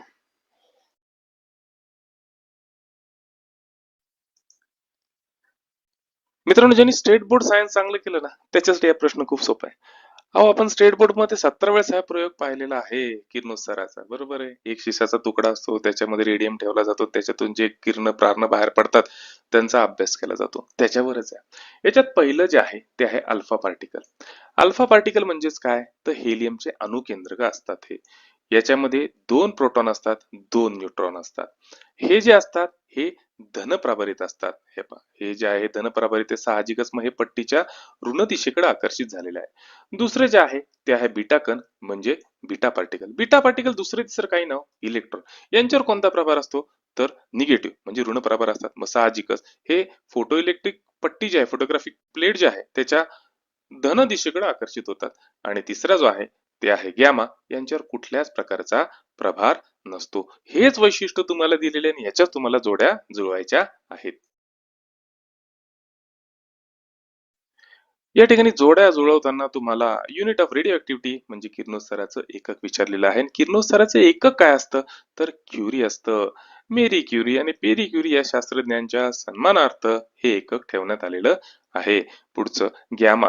गॅमा काय असतो ज्याच्यावर कुठल्याच प्रकारचा चार्ज नसतो, जे न्यूट्रल असतो. हा, त्याच्यावर कुठल्याच प्रकारचं वस्तुमान सुद्धा नसतं आणि प्रभार सुद्धा नसतो. हा, पण यांची भेदक शक्ती जी असती ती सर्वाधिक असती. म्हणजेच गॅमा किरण काय आहे तर गॅमा किरण हे उच्च ऊर्जेचे फोटॉन म्हणजेच विद्युत चुंबकीय लहरी इलेक्ट्रोमॅग्नेटिक वेव्हज आहे. तुम्हाला आत्ताच सांगितलं ना, एक्सरे काय आहे इलेक्ट्रोमॅग्नेटिक वेव्हज, लाईट रेज काय आहे इलेक्ट्रोमॅग्नेटिक वेव्हज, अल्ट्राव्हायोलेट रेज काय आहे इलेक्ट्रोमॅग्नेटिक वेव्हज, हीट रेज काय आहे इलेक्ट्रोमॅग्नेटिक वेव्हज. तुम्हाला याच्यावर प्रश्न विचारला जाईल.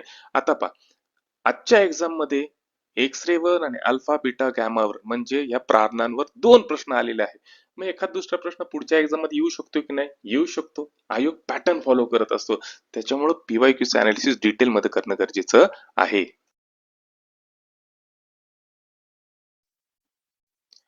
पुढचा प्रश्न, कार्बन डेटिंग, कार्बन वयोमर्यादा 10वी स्टेट बोर्ड मधला पुस्तक, स्टेट बोर्ड मधला धडा ज्यांनी व्यवस्थित केला त्याला हा प्रश्न जमला.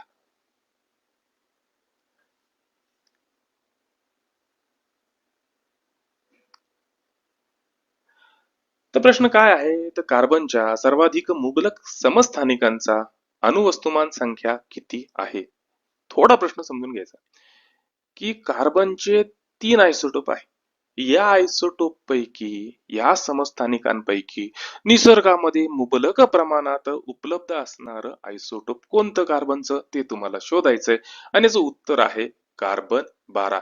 कार्बन डेटिंग जर व्यवस्थित केली ना तर तुम्हाला लक्षात येणार, आपला ऑलरेडी कार्बन डेटिंग वरचा एक शॉर्ट व्हिडिओ रिलीज केला होता, त्याच्यामध्ये सगळं मी सांगितलेलं आहे. चला आता डिटेल मध्ये कॉन्सेप्ट पक्का करू. चला मग आता पाहू समस्थानिक किंवा आयसोटोप म्हणजे काय. त्याच्या अगोदर 2 कॉन्सेप्ट पक्के करू. ऍटॉमिक नंबर म्हणजे अणुक्रमांक. अणुक्रमांक काय असतो? अहो, केंद्रकात असणाऱ्या प्रोटॉनची संख्या किंवा केंद्रकाच्या भोवती फिरणाऱ्या इलेक्ट्रॉनची संख्या म्हणजेच काय झालं, त्या अणूचा अणुक्रमांक झाला. मग अणुवस्तुमानांक काय असतो? केंद्रकात राहणाऱ्या प्रोटॉनची आणि न्यूट्रॉनची एकूण जर का संख्या काढली, त्यांची जर का बेरीज केली तर त्या अणूचा अणुवस्तुमानांक निघतो म्हणजे ऍटॉमिक वेट निघतं. हा सुद्धा कॉन्सेप्ट पक्का झाला. मग आयसोटोप म्हणजे समस्थानिक म्हणजे काय की ज्या मूलद्रव्यांचा अणुक्रमांक सारखा असतो पण अणुवस्तुमानांक भिन्न असतो त्याला म्हणलं जातं आयसोटोप किंवा समस्थानिक. कार्बनचे साधारणतः 3 समस्थानिक आहे. Carbon 12, carbon 13, carbon 14. कार्बन 12 मध्ये 6 प्रोटॉन असतात, 6च न्यूट्रॉन असतात. कार्बन 13 मध्ये 6 प्रोटॉन 7 न्यूट्रॉन असतात आणि कार्बन 14 मध्ये 6 प्रोटॉन आणि 8 न्यूट्रॉन असतात. आता प्रश्न हा आहे की निसर्गात सगळ्यात मुबलक प्रमाणात अवेलेबल असलेलं समस्थानिक कार्बनचं कोणतं तर ते आहे कार्बन 12. ते साधारणतः 98.9% अवेलेबल आहे निसर्गात. कॉन्सेप्ट पक्का.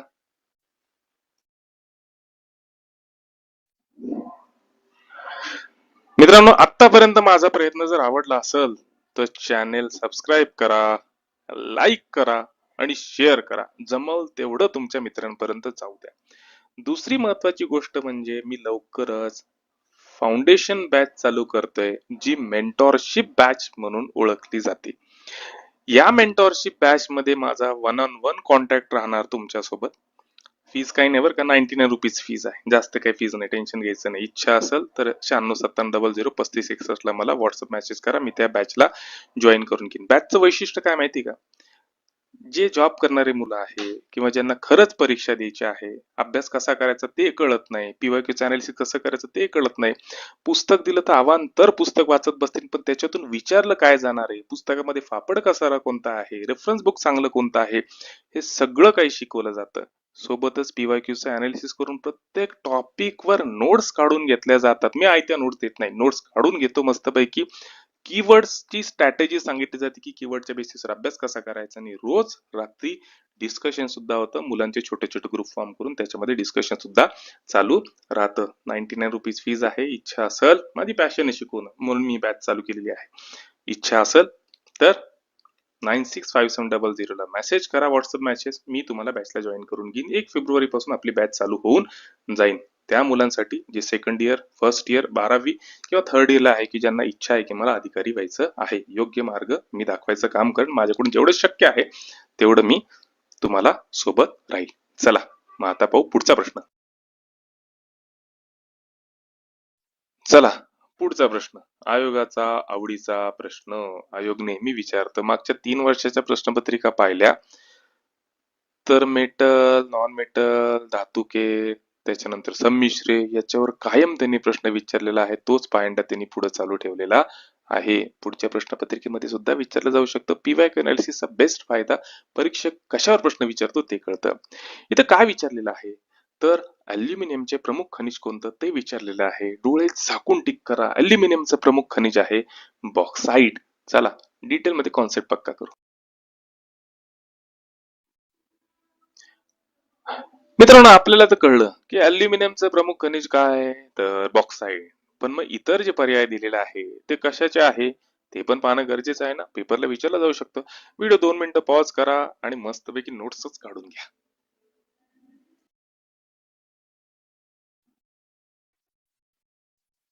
चला पहा बरं, जमतो का पुढचा प्रश्न. दिसायला तर हा भूगोलाचा आहे पण आहे ऍक्च्युली विज्ञानाचा प्रश्न. प्रश्न काय आहे तर पृथ्वीच्या वातावरणाचे थर जे जमिनीपासून वरच्या दिशेने आहे ते तुम्हाला क्रमाने लावायचे आणि तुम्हाला योग्य क्रम ओळखायचा आहे. खाली 4 पर्याय दिलेले आहे.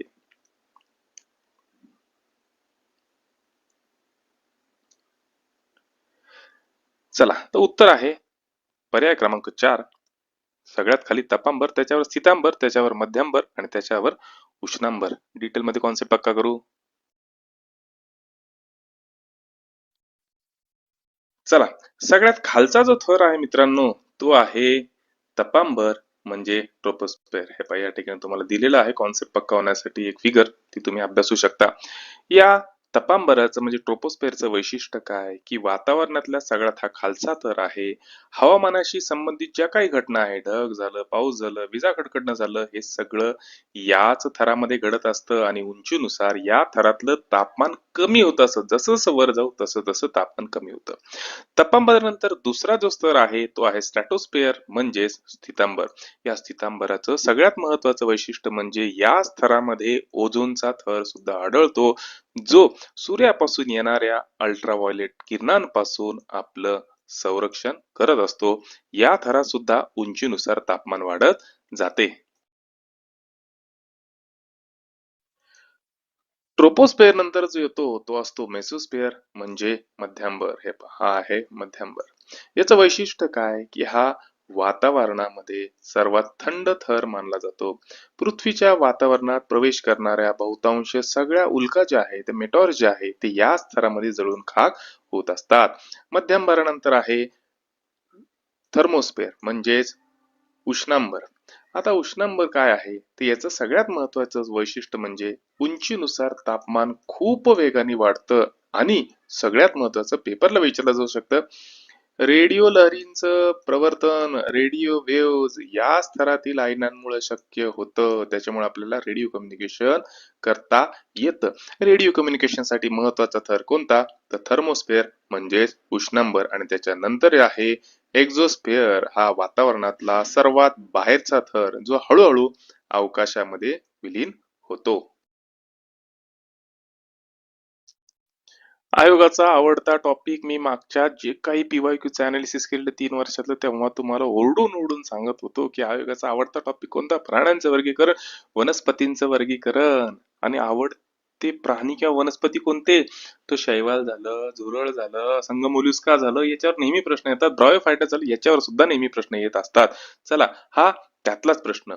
प्रश्न काय आहे तर डेंटेलियम हा प्राणी कोणत्या संघामध्ये मोडतो तर तो मोडतो मोलुस्का या संघामध्ये. कॉन्सेप्ट डिटेल मध्ये पक्का करू.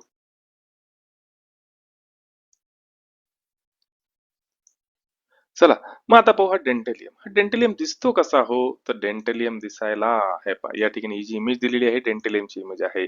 याला हा दिसायला हत्ती दातासारखा आहे, म्हणून याचं दुसरं नाव जे आहे ते हत्तीदंत कवची किंवा टसशेल सुद्धा म्हणलं जातं. आणि हा संघ मोलुस्का मधला प्राणी आहे. याची इतर उदाहरणं द्यायची झाली संघ मोलुस्का मधले तर शंख, शिंपले, गोगलगाय, ऑक्टोपस आणि डेंटेलियम. आता याच्या शरीराची रचना कशी असते? तर शरीराचं मऊ असतं, मात्र आवरण जे आहे ते कॅल्केरियस या कवचांनी बनलेलं असतं. आलं लक्षात? कॉन्सेप्ट पक्का.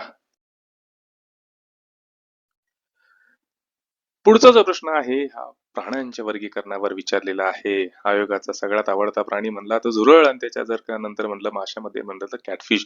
या 2 ते 3 वर्षामध्ये माशांवर, झुरळांवर खूप काही प्रश्न आलेला आहे. हाच तसाच हा प्रश्न. या ठिकाणी प्रश्न काय दिलेला आहे तर कॅटफिशच्या अनेक प्रजातींमध्ये मिशासारख्या प्रक्षेपणांवर रुची ज्ञान कलिका असतात, ज्या अन्न शोधण्यास मदत करतात. त्या प्रक्षेपणांना काय म्हणतात? तर बार्बेल म्हणतात. ही कॅटफिश जे आहे ना, यांच्या नाकावर जे मिशासारखे अँटेने असतात का, त्याचा उपयोग कशासाठी होतो ते आपल्याला पाहायचंय. आणि याला काय म्हणलं जातं तर बार्बेल म्हणलं जातं. डिटेल मध्ये पाहू, कॉन्सेप्ट मध्ये आपलं. सगळ्यात पहिल्यांदा पाहायची याची इमेज. दिसतो कसा कॅटफिश आहे? हा कॅटफिश आहे. मराठीमध्ये काय नाव आहे मला माहित नाही, पण याला कॅटफिश असं म्हणतात. आपण नेहमी याला पाहतो. या कॅटफिशचे जे अँटीने आहे याला म्हणलं जातं बार्बेल. आणि याचा उपयोग कशासाठी होतो? सगळ्यात पहिल्यांदा या आहे संवेदनाक्षम अवयव. याचा उपयोग अन्न शोधण्यासाठी होतो, धोक्याची घंटा वाजवण्यासाठी होतो, चवीचं ज्ञान करण्यासाठी होतो, स्पर्श करण्यासाठी होतो. त्याच्यावर हजारो अशा रुची ज्ञान कलिका म्हणजे टेस्ट बर्ड असतात, संवेदी पेशी असतात, इत्यादी असे महत्वपूर्ण उपयोग या बार्बलचे म्हणजे या कॅटफिशच्या मिशांचे असतात.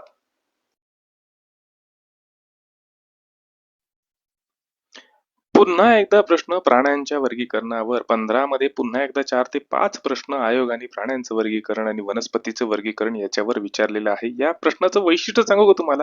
2024 ला गट ब गट क ला हा प्रश्न विचारलेला आहे. पेट्रोमायझेन, मी म्हणलं ना, मागचा ट्रेंड आयोग फॉलो करतं म्हणजे करतच. या ठिकाणी पेट्रोमायझन वर एक क्वेश्चन आलेला आहे, म्हणजे आयोगाच्या दृष्टीने पेट्रोमायझन महत्वाचं आहे. पेट्रोमायझन काय?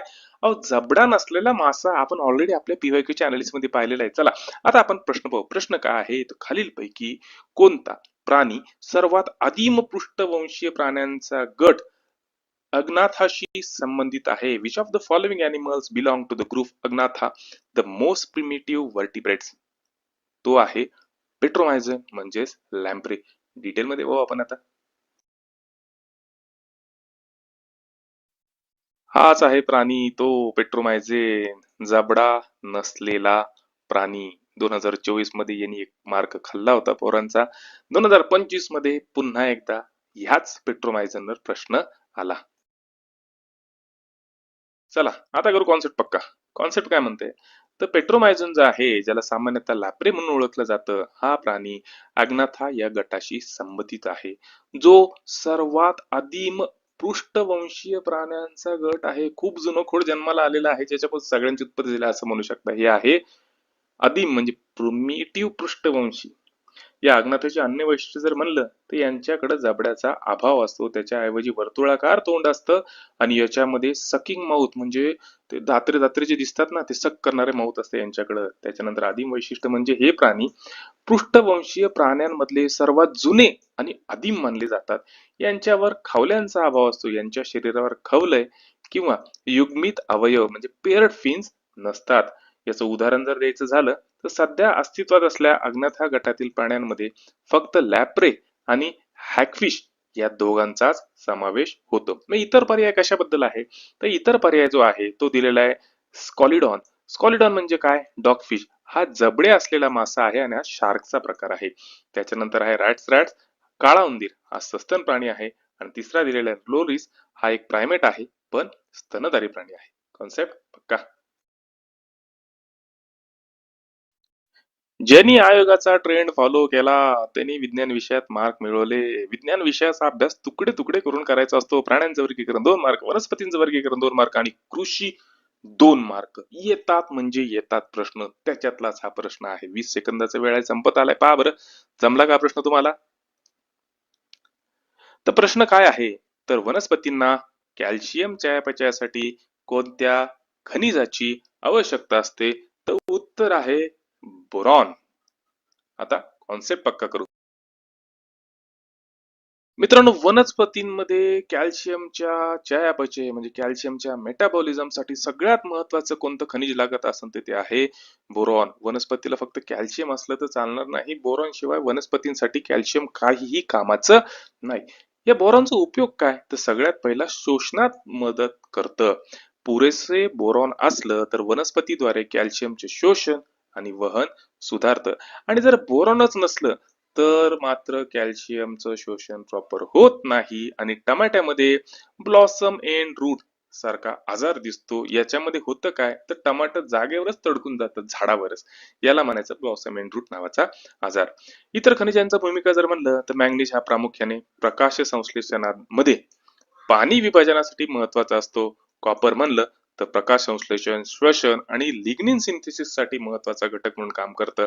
आणि झिंक जर म्हणलं तर झिंक या संप्रेरकाचा किंवा झिंक या खनिजाचा उपयोग प्लांट हॉर्मोनच्या संश्लेषणासाठी आणि एन्झाईमला ऍक्टिव्ह करण्यासाठी केला जातो. कॉन्सेप्ट पक्का.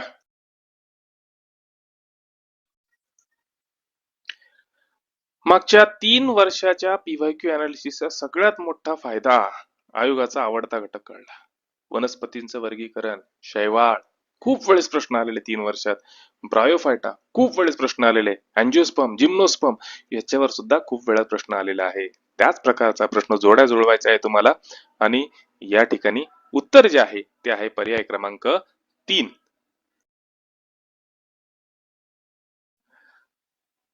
चला, या ठिकाणी एकदम सोपा प्रश्न दिलेला आहे. एका साईडला गड दिलेला आहे आणि एका साईडला उदाहरण दिलेलं आहे. पहिले एक्झाम्पल आहे शैवाल म्हणजे अल्गी. शैवाल हा थॅलोफायटा या उपसृष्टीतला एक गट आहे. या वनस्पतींचं वैशिष्ट्य काय? यांच्याकडे मूळ, खोड आणि पान याच्यामध्ये यांचं शरीर विभागलेलं नसतं. प्रामुख्याने हे पाण्यामध्येच राहतात. एक पेशी असतात आणि याचं बेस्ट उदाहरण जर द्यायचं झालं तर क्लायमॅटोमोनास. हे जे आहे ना, हे ते शैवाळाचं उदाहरण क्लायमॅटोमोनास. आलं लक्षात? चला, पुढचा जो आहे तो आहे ब्रायोफायटा. ब्रायोफायटा ह्या वनस्पतींना वनस्पती सृष्टीचे उभयचर म्हणजेच amphibian of the plant kingdom म्हणून सुद्धा ओळखलं जातं. पेपरला प्रश्न आहे ना, amphibian of the plant kingdom कोणत्या गटाला म्हणलं जातं? तर ब्रायोफायटाला म्हणलं जातं. का बरं याला अँफिबियन म्हणलं जातं? कारण की ते काय करतात? ते जमिनीवर वाढतात, परंतु लैंगिक प्रजननासाठी पाण्यावर अवलंबून राहतात. उदाहरण द्यायचं झालं तर फ्युनारिया हे मॉस वनस्पतीचे उदाहरण आहे, जे ब्रायोफायटा गटामध्ये मोडतात. हे पहा, फ्युनारिया ऍज इट इज हेच एक्झाम्पल मी माझ्या पहिल्या पीवायक्यू मध्ये दिलेलं आहे. डिटेलमध्ये ते पाहिलं असतं तर हा प्रश्न तुमचा बरोबर आला असता. पुढचा जो गट आहे तो आहे टेरिडोफायटा. टेरिडोफायटाचं वैशिष्ट्य काय की अशा वनस्पती आहे ज्यांच्यात पहिल्यांदाच पाणी वाहण्यासाठी आणि अन्न वाहण्यासाठी संवहनी तयार झाल्या, वस्क्युलर टिश्यू तयार झाल्या. कोणत्या? झायलम आणि फ्लोएम. याचं उदाहरण जर द्यायचं झालं तर लायकोपोडियम. हे पहा, हे जे लायकोपोडियम आहे हे टेरिडोफायटा गटाचं उदाहरण आहे. तेच तच गट सारखं सारखं विचारता आयोग. पुढचा जो गट आहे तो आहे जिम्नोस्पर्म. जिम्नोस्पर्म म्हणजे उघड्या बिया, कपडे न घातलेल्या बिया म्हणजे जिम्नोस्पर्मचा गट, ज्याला ह्या वनस्पतींना अनावृत्त बीजी म्हणजे नेकेड सीडेड प्लांट असं सुद्धा म्हणलं जातं, कारण की त्यांच्या बियांवर कोणत्याही प्रकारचं नैसर्गिक आवरण नसतं. बेस्ट उदाहरण द्यायचं झालं तर सायकस. आजूबाजूला आपल्याला जे शोभेचं झाड दिसतं ना, हे ते सायकस. हे सायकस जिम्नोस्पर्मचं उदाहरण आहे. कॉन्सेप्ट पक्का.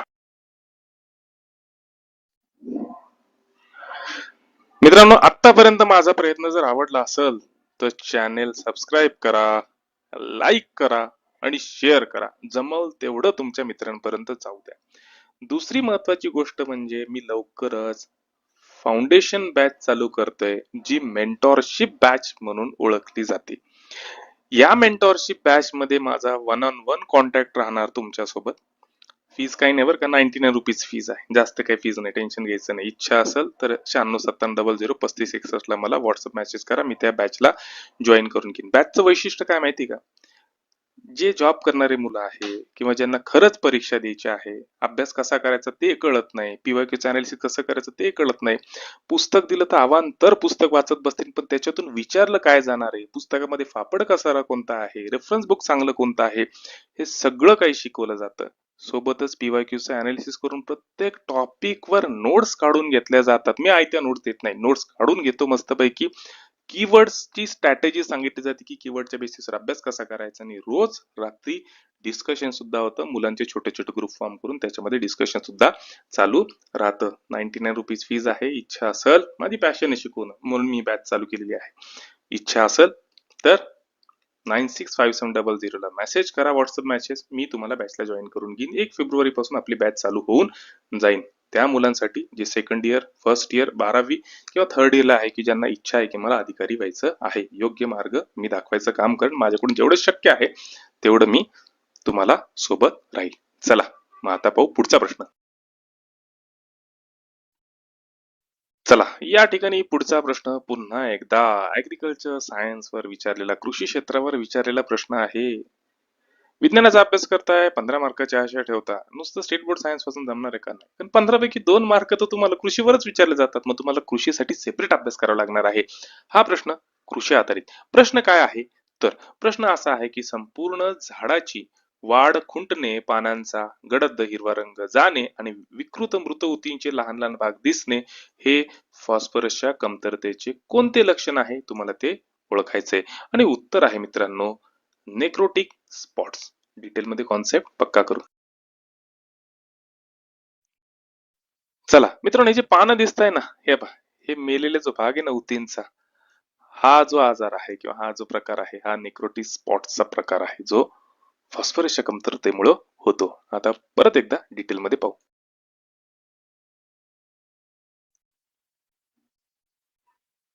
या स्लाइड मध्ये मी एक्सप्लेन काहीच करणार नाही, तुम्ही पॉज करा आणि याच्या नोट्स बनवा. याच्यावर परत एखादा प्रश्न विचारला जाऊ शकतो.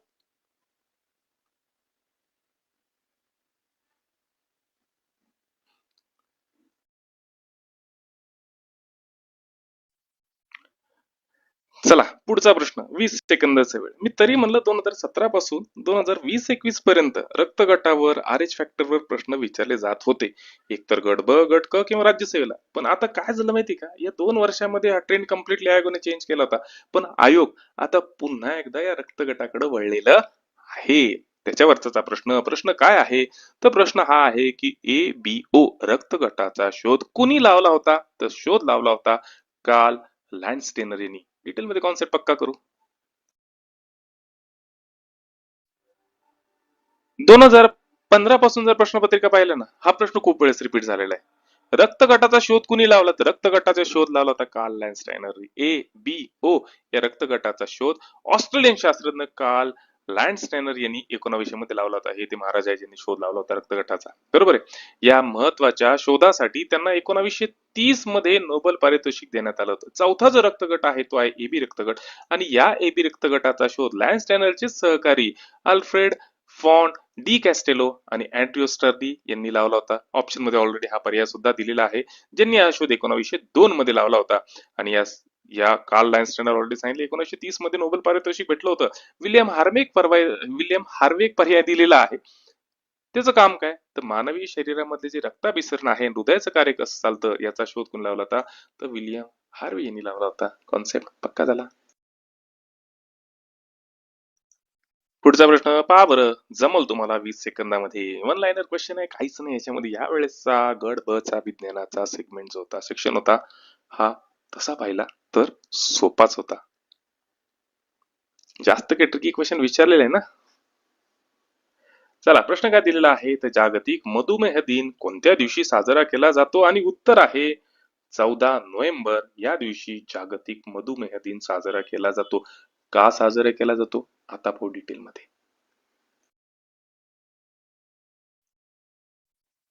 Insulin does not belongs to me, it belongs to world. Sir Frederick Banting. जागतिक मधुमेह दिन जागतिक स्तरावर मधुमेहाबद्दल जागरूकता निर्माण करण्यासाठी दरवर्षी 14 नोव्हेंबर हा दिवस जागतिक मधुमेह दिन म्हणून साजरा केला जातो आणि हा दिवस जो आहे हा फ्रेडरिक बेंटिंग यांच्या जन्मदिवसानिमित्त साजरा करण्यात येतो. इन्सुलिन खूप मोठं काम केलेलं आहे या माणसाने, ज्यांनी 1922 मध्ये चार्ल बेस्ट यांच्या समवेत इन्सुलिनचा शोध लावला. कमेंट करून सांगा बरं, या महाराजांना कुठल्या वर्षी नोबेल पारितोषिक भेटलं होतं?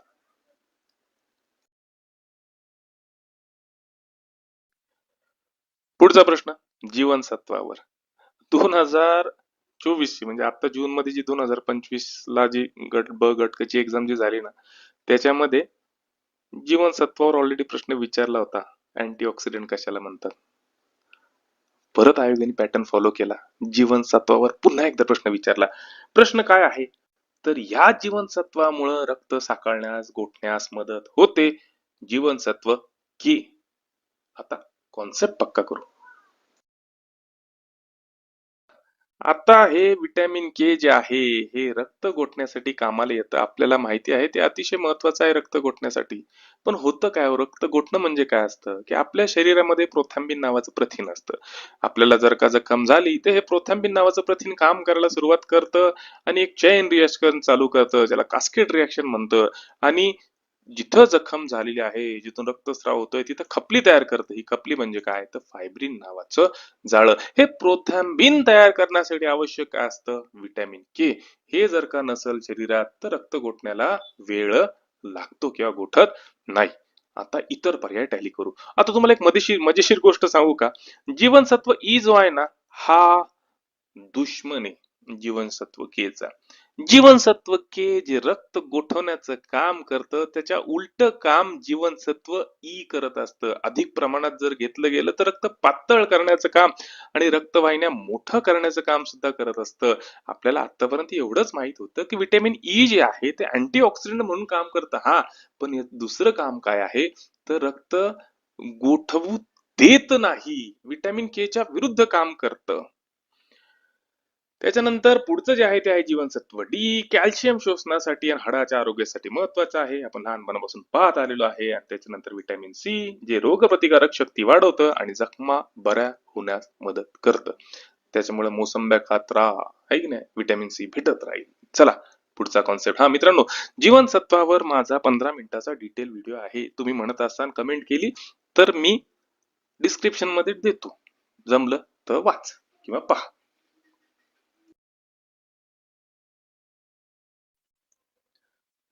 चला, आशा करतो तुम्हाला हे व्हिडिओ लेक्चर आवडलेलं असेल. आणि हे व्हिडिओ लेक्चर मित्रांनो अर्ध्या घंट्याचं लेक्चर बरं का, पण मी लाईव्ह म्हणून कंटिन्यू टाकणार आहे. ज्या मुलांना वेळ नाही भेटतो अभ्यासाला, रात्री दिवसा जेव्हा कधी वेळ भेटतो त्यांना हे लेक्चर कामा आला पाहिजे, म्हणून माझं रेकॉर्डेड लेक्चर लाईव्ह राहणार आहे. विनाकारण काही कमेंट करू नका की 10 घंट्याचं लेक्चर, 11 घंट्याचं लेक्चर आहे की नाही. चला मग भेटू आपण पुढच्या व्हिडिओमध्ये. तोपर्यंत मन लावून अभ्यास करा, झटून अभ्यास करा.